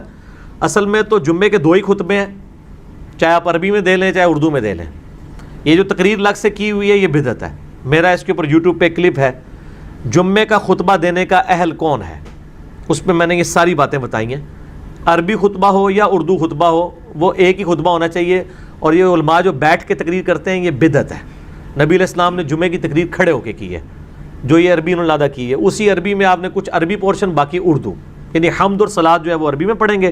تقریر جو ہے وہ جس زبان میں آپ ہیں وہی کریں گے. ملیشیا میں ہے تو ملیشین میں کریں گے، چائنا میں ہے تو چائنیز میں کریں گے، اگر آپ یورپ میں ہے تو انگلش میں کر لیں. بیٹھنے کا کیا طریقہ ہوگا؟ بیٹھنے کا طریقہ یہ ہے کہ امام کی طرف منہ کر کے بیٹھنا ہے، یعنی جس طرح آپ سب لوگ میری طرف منہ کر کے بیٹھے ہیں. قبلہ رخ نہیں بیٹھنا. یہ جو مشہور کیا ہوا ہے کہ پہلے خطبے میں ایسے بیٹھنا ہے، دوسرے میں ایسے بیٹھنا ہے، بالکل جھوٹ ہے. آپ نے خطبے کے دوران ویسے ہی بیٹھنا ہے جس طرح کوئی تقریر سننے کے لیے بیٹھتے ہیں. صرف اس میں نبی علیہ السلام نے احتبا کرنے سے منع کیا ہے جمعے کے خطبے میں کہ دونوں گھٹنے کھڑے کر کے یوں بیٹھنا سے، صرف جمعے کے خطبے میں. ویسے یوں بیٹھنا سنت ہے. صحیح بخاری مسلم میں ہے کہ صحابہ کرام کہتے ہیں کہ نبی علیہ السلام حرم مکہ کے اندر خانہ کعبہ شریف کے سین میں اس طرح بیٹھا کرتے تھے احتبا کر کے. لیکن جمعے کے خطبے کے دوران آپ نے ایسے نہیں بیٹھنا، چوکڑی مار کے بیٹھے ہیں، دوزان بیٹھے، جس طرح مرضی بیٹھے. یہ جو مشہور کیا وہ سب فضول ہے، کوئی نہیں، لوگوں کی بنائی ہوئی چیزیں. اگر عصر کی نماز وقت پر ادا نہ کی جائے اور مغرب کی اذان سے پہلے صرف 5 منٹ رہ جائیں، فوراً ادا کریں. جی بخاری اور مسلم کی حدیث ہے، جس نے غروب آفتاب سے پہلے 1 رکعت بھی پا لی اس نے عصر کی نماز پڑھ لی. اور جس نے طلوع آفتاب سے پہلے 1 رکعت پا لی فجر کی، اس نے گویا فجر کی نماز پڑھ لی. تو 5 منٹ کیا، 1 منٹ بھی رہ جائے تب بھی پڑھ لیں. پہلی رکعت کے 2 سجدے آپ نے کر لیے، باقی 3 رکعتیں آپ کی مغرب کے وقت میں ہوئیں تو آپ کی نماز درست ہو جائے گی. لیکن اتنا ڈیلے کرنا، صحیح مسلم میں حدیث ہے، یہ منافق کی نماز ہے جو سورج زرد ہونے کا انتظار کرے پھر 2 ٹھونگے مار کے تو نماز پڑھے، فارغ کر دے. مجبوراً لگتا بات ہے. حدیث قدسی ہے، ابن آدم ایک تیری چاہت ہے اور ایک میری چاہت ہے. یہ حدیث ٹھیک ہے، بالکل جھوٹی ہے، بنائی ہوئی ہے.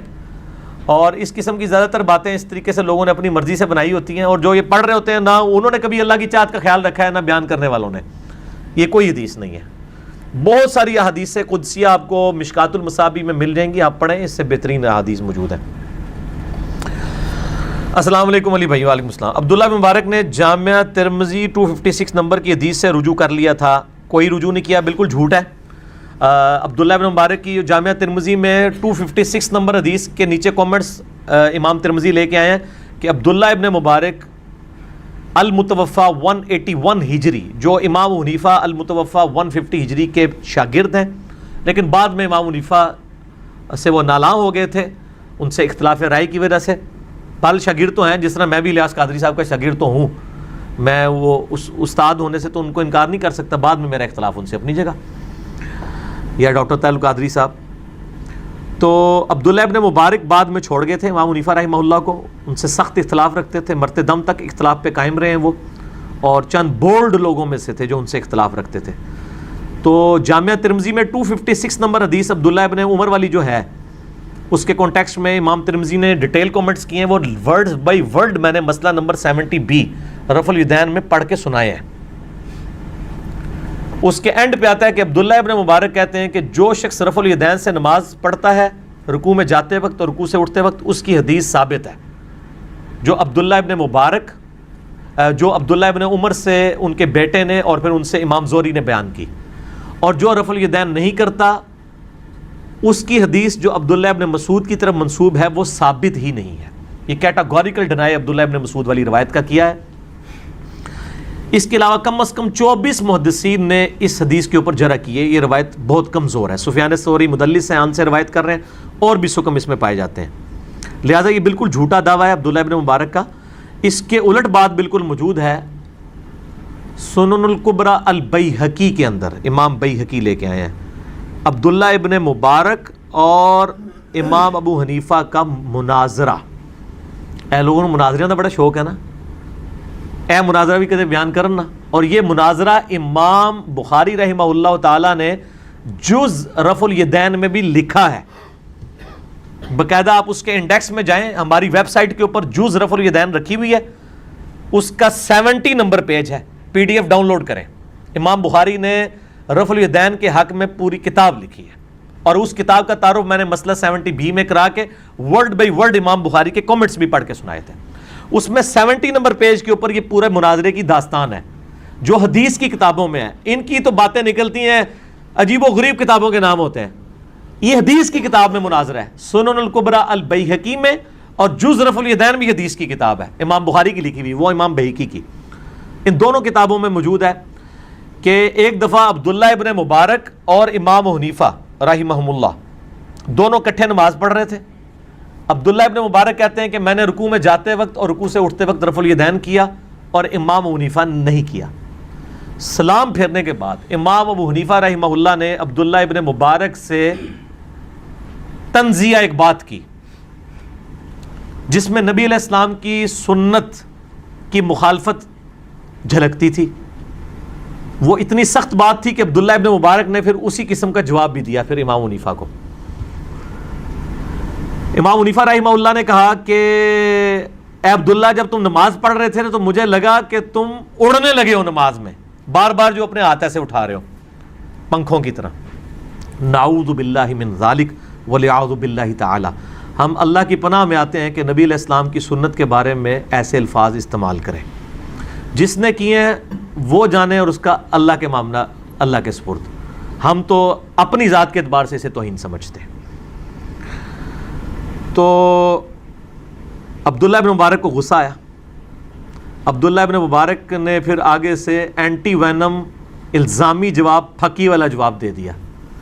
انہوں نے کہا کہ امام صاحب, اگر آپ پہلا رفع الیدین کرتے وقت نہیں اڑے نا تو میں دوسرا اور تیسرا کرتے وقت بھی نہیں اڑوں گا. یعنی پہلا تو تسی بھی کر دے ہو نا, تو تسی اگر پہلی فلائٹ نہیں اڑے تو میں دوسری تیسری تے کس طرح اڑ جانا سی.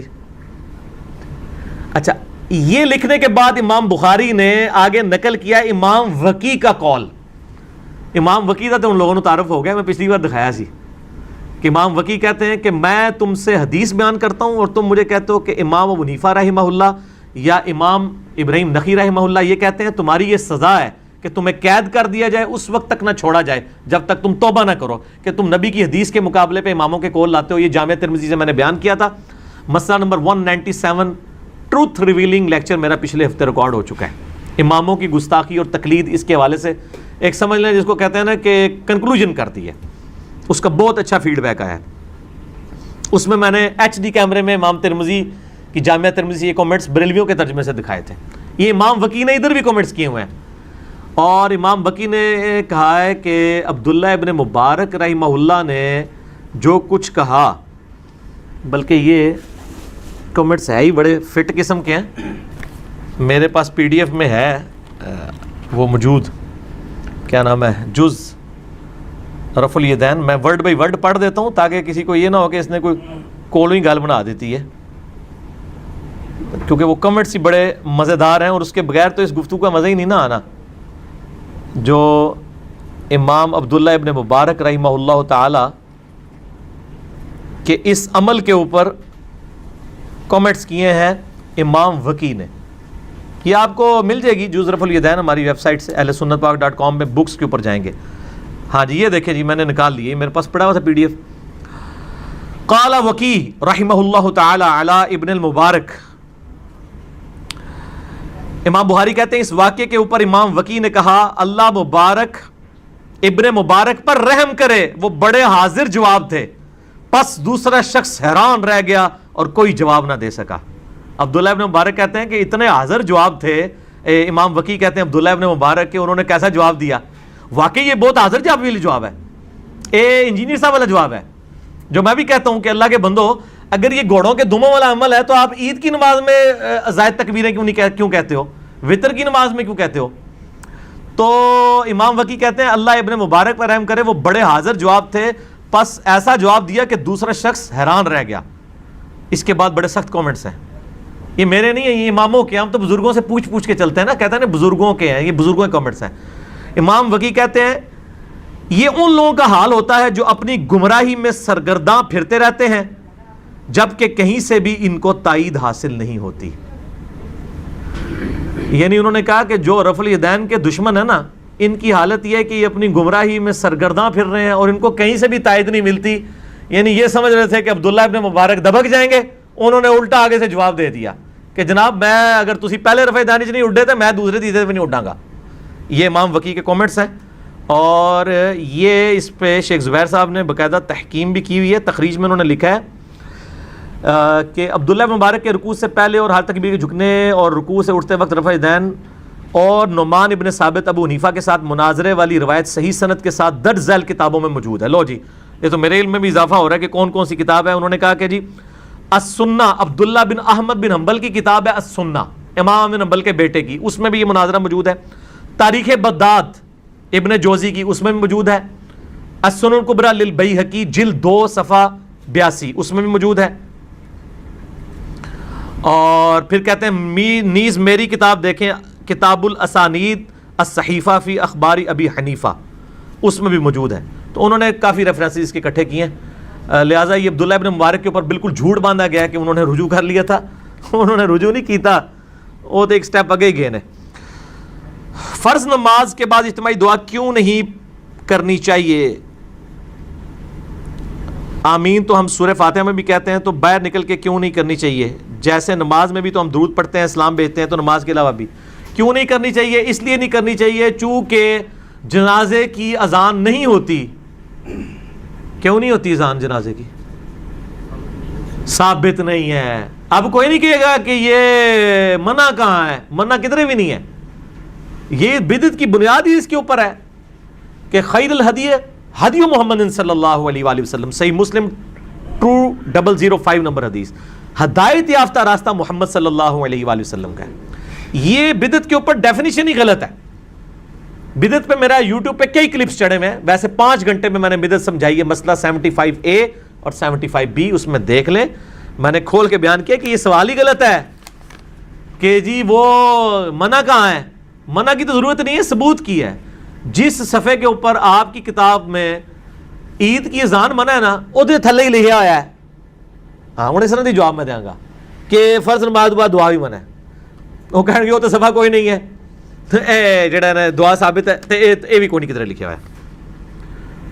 نبی علیہ السلام کا اس میں وہ جو حدیث ہے 2738 جامعہ ترمذی میں انٹرنیشنل نمبر کے مطابق، ایک شخص کو چھینک آئی عبداللہ ابن مبارک کے پاس، اس نے کہا الحمدللہ والسلام علی رسول اللہ.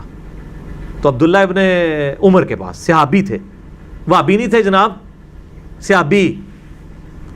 عبداللہ بن عمر نے کہا کہ میں بھی کہتا ہوں الحمدللہ والسلام علی رسول اللہ، لیکن چھینک کے اوپر نبی علیہ السلام نے ہمیں صرف یہی تعلیم فرمایا الحمدللہ یا الحمدللہ علی کل حال، تم وہی کہو. اس نے نہیں آگے سے کہا جی تسی درود من کرو. درود شریف پہ منع کب ہے؟ اللہ نے حکم دیا ہے جب چاہو مرضی پڑھ لو. کوئی اس نے آگے سے آرگومنٹ نہیں کیے. ٹھیک ہو گیا؟ تو یہاں پہ بھی کسی کو آرگومنٹ نہیں کرنے چاہیے. جہاں جہاں جو چیز تعلیم ہوئی ہے وہ آپ نے کرنی ہے. جامعہ ترمذی 2738 نمبر یہ حدیث پڑھ لیں، آپ کو پتہ چل جائے گا. اگر لڑکی کی پھپھی فوت ہو جائے تو وہ اپنے پھپھا سے نکاح کر سکتی ہے، اور اس لڑکی کی چھوٹی بہن اس ہی پھپھا کے بیٹے سے نکاح کر سکتی. کیوں نہیں کر سکتی؟ پھپھا تو غیر محرم ہوتا ہے. جو غیر محرم ہے، ہاں بخاری مسلم میں حدیث ہے کہ کسی شخص کے لیے حلال نہیں کہ وہ پھپھی کو اور بھانجی بتیجی کو ایک عقد میں جمع کرے یا 2 بہنوں کو ایک عقد میں جمع کرے. بیک وقت 2 اس طرح کے رشتوں کو ایک مرد جمع نہیں کر سکتا. اور اس کا آسان سا فارمولہ ہے، جن 2 رشتوں کی آپس میں شادی نہیں ہو سکتی وہ ایک مرد کے نیچے جمع نہیں ہو سکتے. مثلا کیا بہن بھائی کی شادی ہو سکتی ہے؟ تو ایک کو آپ نے بھائی تصور کر لیا نا، تو اس طرح اس 2 بہنوں کی شادی ایک مرد سے بیک وقت نہیں ہو سکتی. سمجھ آ گئی بات کی؟ یہ فارمولہ ہے کہ ان تمام 2 عورتوں کی شادی ایک مرد کے ساتھ بیک وقت نہیں ہو سکتی، جن میں سے اگر ایک کو مرد تصور کر لیا جائے تو اس کی آپس میں شادی نہیں ہو سکتی. اچھا، کسی بندے کی اپنی پھوپھی سے شادی ہو سکتی ہے؟ نہیں.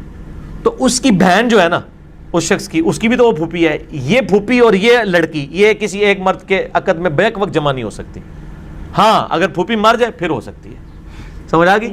کتنا آسان فارمولہ ہے کہ وہ تمام دو عورتیں جو جن میں سے ایک کو مرد کا تصور کر لیا جائے اور ان کی آپس میں نہ ہو سکتی ہو, ان دو عورتوں کو بیک وقت کسی اور مرد کے عقد میں جمع کرنا حرام ہے. اور سورہ نساء کی آیت نمبر 24 میں 23, 24, 25 میں محرمات ابدیہ آئے ہیں, ان میں بھی موجود ہے, بخاری مسلم میں بھی ڈیٹیلز اس کی موجود ہے. کر سکتے ہیں جی. سمپل از دیٹ, جس یعنی لڑکے کے ماں باپ مختلف ہیں دوسری لڑکی سے تو ان کے آپس میں شادی ہو سکتی ہے. بعض اوقات ہوتا ہے کہ جی ایک شخص کی بیوی فوت ہو جاتی ہے, وہ کسی اور عورت کے ساتھ شادی کرتا ہے, اس عورت کے پہلے خاوند سے کوئی اولاد ہوتی ہے اور اس اولاد کا رشتہ یہ شخص اپنی پہلی بیوی کی اولاد سے کر سکتا ہے. باپ بھی ڈیفرنٹ ہے دونوں کے, مائیں بھی ڈیفرنٹ ہے. اب وہ قانونی طور پہ بعد میں باپ بن گیا نا, ادروائز وہ اس طریقے سے حقیقی باپ تو نہیں ہے. سنت اذکار فرض نماز سے پہلے بھی کر سکتے ہیں, فجر اور مغرب کے. سنت اذکار جو صبح و شام کے ہیں نا وہ تو فجر اور مغرب سے پہلے کریں تو بہت بہتر ہے. اگر فرض نماز کے بعد والے اذکار ہیں وہ تو نماز کے بعد ہی ہوں گے. صبح و شام کے اذکار بالکل مغرب سے پہلے ہی کرنے بہتر ہیں, کیونکہ وہ شام کے اذکار ہیں, رات کے نہیں ہیں. اس میں الفاظ کیا ہیں؟ امسینا وامسی الملک للہ, امسینا علی فطرت الاسلام. شام کی ہم نے اسلام کی فطرت کے اوپر, رات نہیں ہے. مغرب کا تو غروب ہوتے ہی رات شروع ہو جاتی ہے. اس طرح فجر کا وقت داخل ہو گیا تو آپ صبح کے اذکار کر سکتے ہیں, اس کے لیے سورج نکلنا ضروری نہیں ہے. مصطفیٰ جان رحمت پہ لاکھوں سلام. یہ قصیدہ آپ نے خود بھی اور دوست سے پڑھوایا تھا؟ بالکل پڑھوایا ہے میں نے, مسئلہ نمبر 56 کے اندر موجود ہے یہ. اس کے آخری مصرے میں مصنف کا نام نہیں پڑھا اور مجھ سے خدمت کے قدسی کہیں وہاں. ہاں بالکل, یہ جان بوجھ کے ہی چھوڑ دیا گیا تھا اور وہ مولویوں کے فتوے کے لیے سے بچنے کے لیے کیا گیا تھا. باقی اس میں قطعاً ایسا نہیں تھا کہ ہم احمد بریلوی صاحب کی بجائے اس کو اپنی طرف منسوب کرنا چاہتے تھے, ورنہ تو اس کے شروع میں تعارف کروایا کہ احمد بریلوی صاحب کا کلام ہے, ہم نے انہی کی طرف منسوب کیا ہے. لیکن جب اس طرح ناموں کے اعتبار سے ہم بات کرتے ہیں, وہ کہتے ہیں جی وہ پھر مخالفین کہنا شروع کر دیتے ہیں, ہم تو اس کو گمراہ سمجھتے ہیں, اس کو کیسے سلام پڑھوایا جا سکتا ہے. ایک نیا پنڈورا باکس کھل جاتا ہے. چونکہ شعر کے اندر الفاظ اس طرح کے تھے کہ وہ مجبوراً ہمیں اس کو چینج کرنا پڑا, ادروائز اگر ہم نے چھپانا ہوتا تو ہم مطلب یہ تعارف ہی نہ کرواتے ہیں. اور کئی ایک چیزیں ہیں جو ہے وہ ہم بعض کا اشعار کو چینج کر دیتے ہیں اس حوالے سے تاکہ اس کا معنی اس اعتبار سے بھی درست ہو جائے اور کسی کی اس حوالے سے دل شکنی والا معاملہ بھی نہ ہو. باقی اگر ہم نے اس کو اپنی طرف منسوب کیا ہوتا تو علمی خیانت ہوتی, وہ ہم نے نہیں کیا اللہ کے فضل سے. اگر سحری کا وقت نکل جائے تو وہ شخص روزہ کا کیا کرے؟ 8 پیرا روزہ رکھ سکتا ہے, بالکل رکھ سکتا ہے جی, اگر وہ فرض روزہ ہے تو. نفلی روزہ نہ رکھے. نفلی روزہ بھی اگر طاقت رکھتا ہے تو رکھے. بخاری مسلم میں حدیث ہے, نبی علیہ السلام اما عائشہ کہتی ہیں گھر آتے پوچھتے ناشتے کے لیے کوئی چیز ہے تو کہا جاتا کچھ نہیں ہے, تو آپ فرماتے اچھا میں روزہ رکھتا ہوں. اگر آپ نے طلوع فجر یعنی فجر کا وقت داخل ہونے سے لے کے ناشتے تک کچھ کھایا پیا نہیں ہے تو آپ اس وقت بھی نفلی روزے کی نیت کر سکتے ہیں, اور اگر ناشتے کے لیے کوئی چیز ہوتی تو آپ پھر وہ ناشتہ کر لیتے. تو فرض روزے کی تو ویسے ہی نیت رات کی وقت کی ہوتی ہے, تو آپ 8 پیرا روزہ رکھ سکتے ہیں, اس میں کوئی ممانعت نہیں ہے. ممانعت اس کے لیے جس بندے کی جسمانی حالت ساتھ نہ دے کہ وہ 8 پیرا رکھ کے منہ نہیں نہ پیا ہوئے, یہ ہوئے کہ باقی 5 روزے داراں نوں اس ایک کلے دا روزہ سنبھالنا پہ جائے. بخاری مسلم میں حدیث ہے, آپ علیہ السلام نے دیکھا کہ ایک شخص کے سر کے اوپر اتنے لوگوں نے سایہ کیا ہوا ہے. آپ فرمایا اس کو کیا ہوا ہے؟ تو لوگوں نے بتایا کہ اس نے روزہ رکھا ہوا ہے. تو آپ نے فرمایا سفر میں روزہ رکھنا کوئی نیکی نہیں ہے, ایک بندے نے روزہ رکھ کے 10 بندے نے مصیبت پائی ہوئی ہے, تو اس طرح کا روزہ نہیں ہونا چاہیے. ٹھیک ہو گیا جی. آپ کے علم میں آپ وسلم کی نماز جو احادیث سے ثابت ہے کتنے منٹ کی ہوگی فرض نماز؟ بھائی ہم نے جو حساب لگایا ہے کم از کم نماز جو ہے نا 15 سے 20 منٹ کی بنتی ہے ظہر و عصر کی, اور فجر کی تقریباً پونے گھنٹے کی. 20 منٹ سے کم کی نہیں بنتی ہے, کیونکہ بخاری مسلم میں ایون صورتیں بھی آئی ہیں کہ آپ نے کون کون سی صورتیں تلاوت کی ہیں. وہ صرف صورتیں ہی پڑھنے کے لیے آپ کو 10 منٹ چاہیے ایک رکعت کے اندر. اور صحابہ کہتے ہیں, بخاری میں الفاظ ہیں کہ آپ علیہ السلام بعض کا ان صورتوں کو بلند بھی 1-2 آیات پڑھتے تھے تاکہ ہمیں پتہ چل جائے. اور اسی طریقے سے فجر تو بہت لمبی ہوتی تھی, اندھیرے کے وقت شروع ہوتی تھی اور خوب روشنی میں ختم ہوتی تھی, پونا گھنٹہ کم از کم بن جاتا ہے. آپ ان صورتوں کو بھی دیکھ لیں, سورہ سجدہ آتی ہے, اسی طریقے سے سورۃ الدہر آتی ہے, اور صورتیں آتی ہیں. اور اسی طریقے سے سنن نسائی کے اندر موجود ہے کہ ہم نبی علیہ السلام کے پیچھے رکوع اور سجدے میں بعض اوقات 10 دفعہ تسبیحات شمار کر لیتے تھے. اور یہ جو مشہور ہے جی یہ جی طاق ہونی چاہیے، یہ بالکل غلط ہے جی.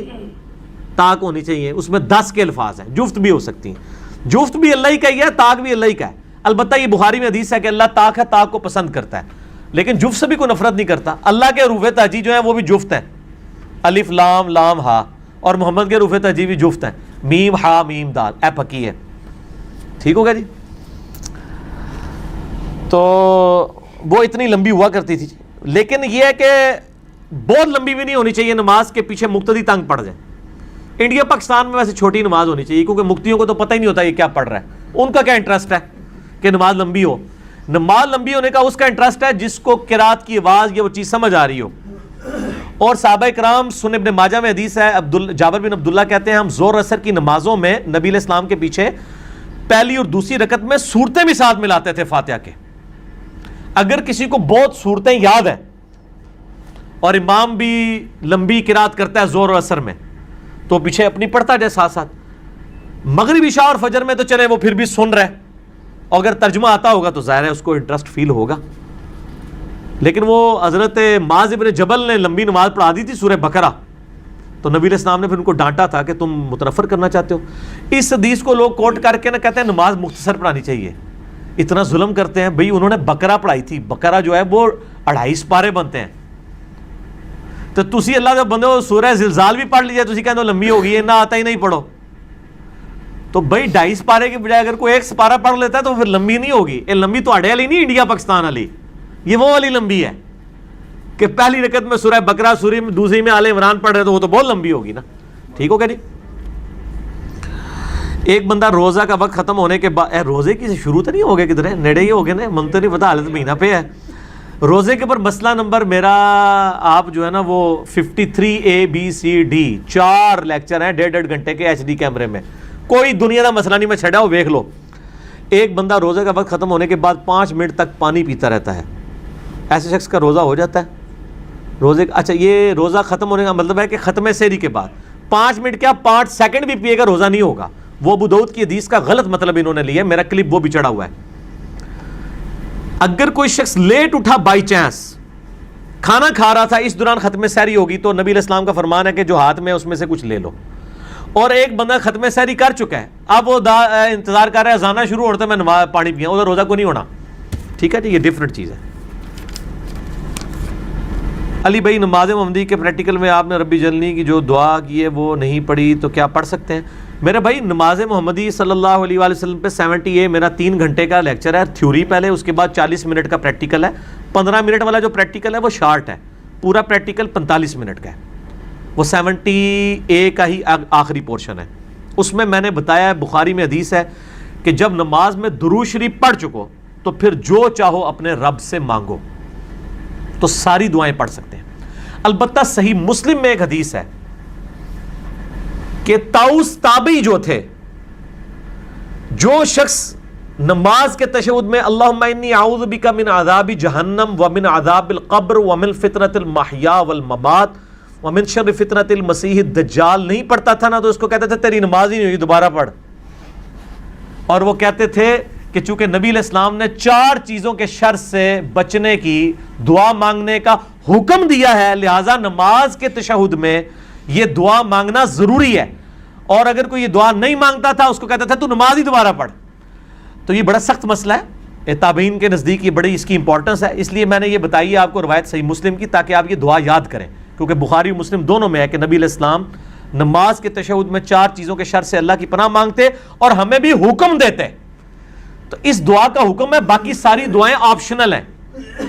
حکم جس دعا کا ہے وہ ایک ہی ہے، اللہم انی اعوذ بک من عذاب جہنم ومن عذاب القبر ومن فتنۃ المحیا والممات ومن شر فتنۃ المسیح الدجال. اے اللہ میں عذاب جہنم سے، عذاب قبر سے، زندگی اور موت کے فتنے سے اور مسیح دجال کے فتنے سے تیری پناہ مانگتا ہوں. تو یہ دعا آپ یاد کریں. نماز محمدی صلی اللہ علیہ وآلہ وسلم کی جو اوپر میرا ریسرچ پیپر نمبر 8 میں نے یہ دعائیں لکھی بھی ہوئی ہیں. اس کے علاوہ دعا اللہم ربنا آتنا فی الدنیا حسنہ وفی الآخرۃ حسنہ وقنا عذاب النار پڑھیں. حضرت ابوبکر صدیق کو صحیح بخاری میں آتا ہے نبی علیہ السلام نے اسپیشل دعا سکھائی تھی تشہد میں پڑھنے کے لیے. اللہم انی ظلمت نفسی ظلما کثیرا ولا یغفر الذنوب الا انت فاغفر لی مغفرۃ من عندک وارحمنی انک انت الغفور الرحیم. اور جتنی دعائیں آپ کو یاد ہیں دعائیں ماثورہ. دعائیں ماثورہ وہ ان دعاؤں کو کہتے ہیں جو کتاب و سنت کے اندر آئی ہیں. کیا جی؟ علماء کرام فرماتے ہیں ایمان کی حفاظت کا ایک ذریعہ کسی مرشد کامل سے مرید ہونا بھی ہے. اور قرآن سے دلیل پیش کرتے ہیں یوم ندعو کل اناس بامامہم. صدقے جاؤں میرے بھائی یہ سورہ بنی اسرائیل میں یہ جو آیت ہے کہ قیامت والے دن ہر شخص کو اس کے امام کے ساتھ بلایا جائے گا, تو قرآن جن کو امام کہہ رہا ہے پھر انہی اماموں کے ساتھ بلایا جائے گا نا. اگر آپ کے اماموں کے اور آپ کے بزرگ بابوں کے نام قرآن میں لکھے ہوئے ہیں تو یہ وہ والے امام ہوں گے. اور اگر اس امام سے وہ والے امام مراد لینے جو قرآن نے خود بتائے ہیں, کیڑے لینے جے جب مسلمان ہو تو پھر وہی لوگو گے, جے کچھ اور ہو ہندو سکھ عیسائی تو پھر جو مرضی لینے رہو. قرآن نے کیا بتایا ہے؟ قرآن نے بتا دیا کہ ہر شخص کو جو اس کے امام کے ساتھ بلایا جائے گا وہ امام کون ہوگا. وہ سورہ النساء کی آیت نمبر 41 میں ہے جس کے کانٹیکسٹ میں میرا پورا لیکچر ہے, مسئلہ نمبر 121. قیامت والا دن بزرگ خود ہی دشمن ہو جائیں گے اپنے فالوورز کے. اس میں نے یہ بتایا کہ آیت نمبر 41 جو ہے نا سورہ نساء کی,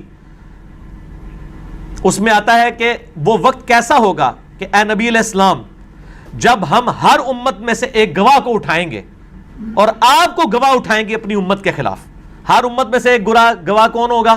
اس نبی کا, اس امت کا نبی. اور آپ کو آپ کی امت کے خلاف اٹھائیں گے لیڈرشپ کے طور پہ. بخاری مسلم میں اس آیت کے کانٹیکسٹ میں حدیث ہے کہ عبداللہ ابن مسعود رضی اللہ تعالیٰ عنہ سے نبی علیہ السلام نے فرمایا عبداللہ قرآن سناؤ. اس نے کہا یا رسول اللہ قرآن تو آپ پہ نازل ہوا ہے, میں سناؤں قرآن؟ آپ فرمایا عبداللہ مجھے دوسروں سے سن کے لطف آتا ہے.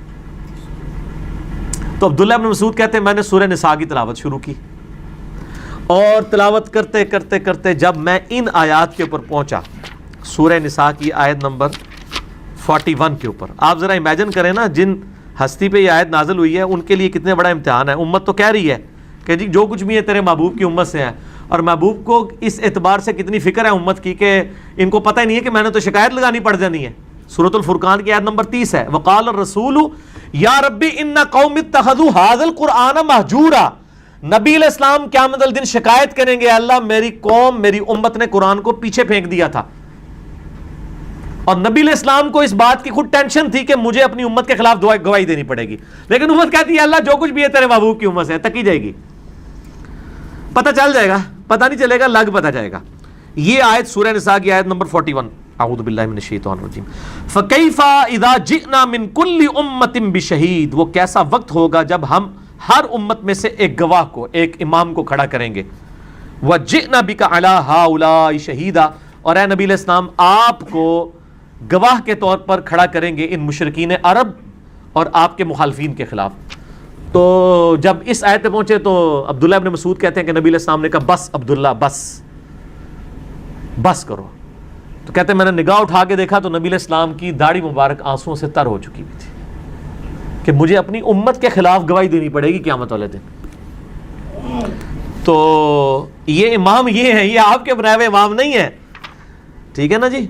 یہ امام قرآن کی ٹرم میں تو امام, لیڈر, شہید, ٹھیک ہے جی, دائی, یہ سب ٹرمنالوجیز پیغمبروں کے لیے.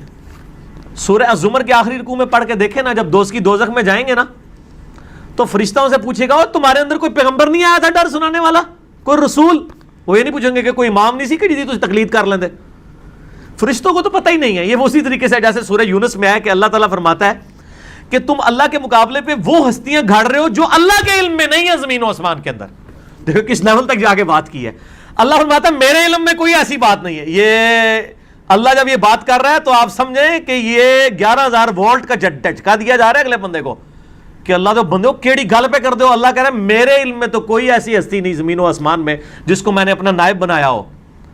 اور اسی طریقے سے ہونا ہے کہ اللہ نے قیامت دن کو یہ بھی کہنا ہے کہ میرے علم میں تو کوئی ایسا امام نہیں تھا کہ میں نے تو جو رسولوں کو بھیجا تھا امام بنا کے تسی اپنے بنا لے سن. وہ امام تو سارے ہیں, وہ تو آپ کا امام مسجد بھی امام ہے, وہ تو سارے ائمہ فقہ کے حدیث کے امام ہیں, ان کی آپ یعنی تعلیمات سے فائدہ اٹھائیں گے, نہ کہ یہ کہ آپ ان کو پروفٹ کے درجے کے اوپر فائز کر دیں گے. سورہ الاعراف کی شروع کی آیات آپ پڑھ کے دیکھیں, اس میں آپ کو مزید کلیئر ہو جائے گا. سورۃ الاعراف کے بالکل سٹارٹ کے اندر اللہ تعالیٰ نے اس حوالے سے انبیاء کا منصب جو ہے نا وہ بیان کیا ہے. اعوذ باللہ من الشیطان الرجیم, بسم اللہ الرحمن الرحیم. آیت نمبر 7 میں وَلَنَقُصَّنَّ عَلَيْهِمْ بِعِلْمٍ, نہیں آیت نمبر 6 فَلَنَسْأَلَنَّ الَّذِينَ أُرْسِلَ إِلَيْهِمْ, ہم ضرور پوچھیں گے ان لوگوں سے جن کی طرف ہم نے رسولوں کو بھیجا, کہ بھئی رسولوں نے پیغام پہنچایا کہ نہیں. وَلَنَسْأَلَنَّ الْمُرْسَلِينَ, اور ہم رسولوں سے بھی پوچھیں گے بھئی تم نے پیغام میرا پہنچایا کہ نہیں. رسولوں کو بھی پوچھا جائے گا کہ آپ نے کام کیا ہے کہ نہیں, اور جن کی طرف آئے ان کو بھی پوچھا جائے گا کہ ہاں بھی رسولوں نے پیغام پہنچا. اسی لیے تو بخاری مسلم کی حدیث ہے نا, یوم النہر کا خطبہ, آپ علیہ السلام نے کیا کہا, اوہ میں نے لوگوں اللہ کا پیغام تم تک پہنچا دیا. صاحب نے کہا یا رسول اللہ پہنچا دیا. آپ نے 3 دفعہ اپنی شہادت کی انگلی آسمان کی طرف بلند کی, پھر ان کی طرف, اے اللہ گواہ رہنا, اے اللہ گواہ رہنا, اے اللہ گواہ رہنا. پھر آپ نے پھر فرمایا کہ اب یہ تمہاری ذمہ داری ہے کہ اس پیغام کو دوسرے لوگوں تک پہنچا دو. اور بسا اوقات جس کو پیغام پہنچایا جاتا ہے وہ زیادہ یاد رکھنے والا ہوتا ہے بنسبت اس کے جو پہنچا رہا ہوتا ہے. یہ حدیث کا جب پورشن بیان کیا کرتے تھے نا محدثین, اور کہا کرتے تھے صدق رسول اللہ, رسول اللہ نے سچ کہا. دین تو عربیوں میں نازل ہوا تھا, یاد اجمیوں نے رکھا. آپ کے ساری حدیث کے امام جو ہیں سب اجمی ہیں. امام بخاری رشیا کے, امام مسلم ایران کے, امام ابو داؤد, امام ترمذی افغانستان کے. ترمذ آج بھی ہے, وہ جب پاکستان نے نیٹو سپلائی لائن بند کر دی تھی تو ان دن وہ ترمذ شہر بڑا گونج رہا تھا کہ ترمذ کے ریلوے اسٹیشن پہ آیا کرے گا سامان. ابو داؤد ترمذی افغانستان کے. صرف ایک امام مالک ہیں جو مدینہ شریف کے رہنے والے ہیں, باقی سارے ائمہ فقہ کے ہوں حدیث کے ہوں سب کے سب اجمی ہیں. آپ دیکھ لیں اللہ تبارک و تعالیٰ نے اجمیوں سے کیسا کام لیا. تو یہ جو کہہ رہے ہیں نا کہ جی وہ مرید ہونا بھی ضروری ہے, مرشد کامل پہ میری پیری مریدی کی شرعی حیثیت آپ لکھیں نا, یوٹیوب پہ کلپ کھل جائے گا. یوٹیوب پہ کیا جا کے لکھنا ہے پیری مریدی. یہ جتنی باتیں ثابت کرتے ہیں وہ اس امام سے مراد خلیفہ وقت اور حکمران ہیں, ان کے بنائے ہوئے نہیں ہیں. ٹھیک ہے نا جی. بات کہاں سے لے کے, اس میں بھی میں نے ان کو علمی فقہ دیا کہ بخاری مسلم میں حدیث ہے جب ایک امام کی بیعت ہو جائے اور کوئی دوسرا بیعت کے لیے آگے آئے تو اس کو قتل کر دو. تو پھر میں نے کہا تھا آپ ذرا پاکستان میں ذرا فیصلہ کریں کہ ہزاروں لوگ جو ہیں وہ بیعت کروا رہے ہیں, تو اب کس کو شہادت کے درجے پہ آپ نے فائز کرنا ہے اور کس کو زندہ رکھنا ہے, تو آپ خود فیصلہ کریں. کیونکہ آپ نے حدیثیں تو وہی لی ہوئی ہیں نا امام والی جو حکمران کے بارے میں, اور اس سے آپ پیری مریدی کا سسٹم ثابت کر رہے ہیں, تو پھر پورا فٹ کریں نا. میٹھا میٹھا ہپ ہپ تے کوڑا کوڑا تھو تھو, ایسا نہیں ہونا چاہیے. ٹھیک ہے جی, کلیئر ہو گیا جی. تو الحمدللہ ہماری آج کی بھی کافی لمبی نشست ہوگی, یہ میرا خیال ہے 1.5 گھنٹے تک تو ہوگی. کیوں جی؟ ہاں, تو باقی انشاءاللہ جو سوالات آج کے جتنے تھے وہ تو مکمل ہو چکے. انشاءاللہ زندگی رہی تو باقی سوالات انشاءاللہ اگلی مجلس میں ڈسکس کریں گے. سبحانک اللہم و بحمدک اشہد ان لا الہ الا انت استغفرک و اتوب الیک وما علینا الا البلاغ المبین.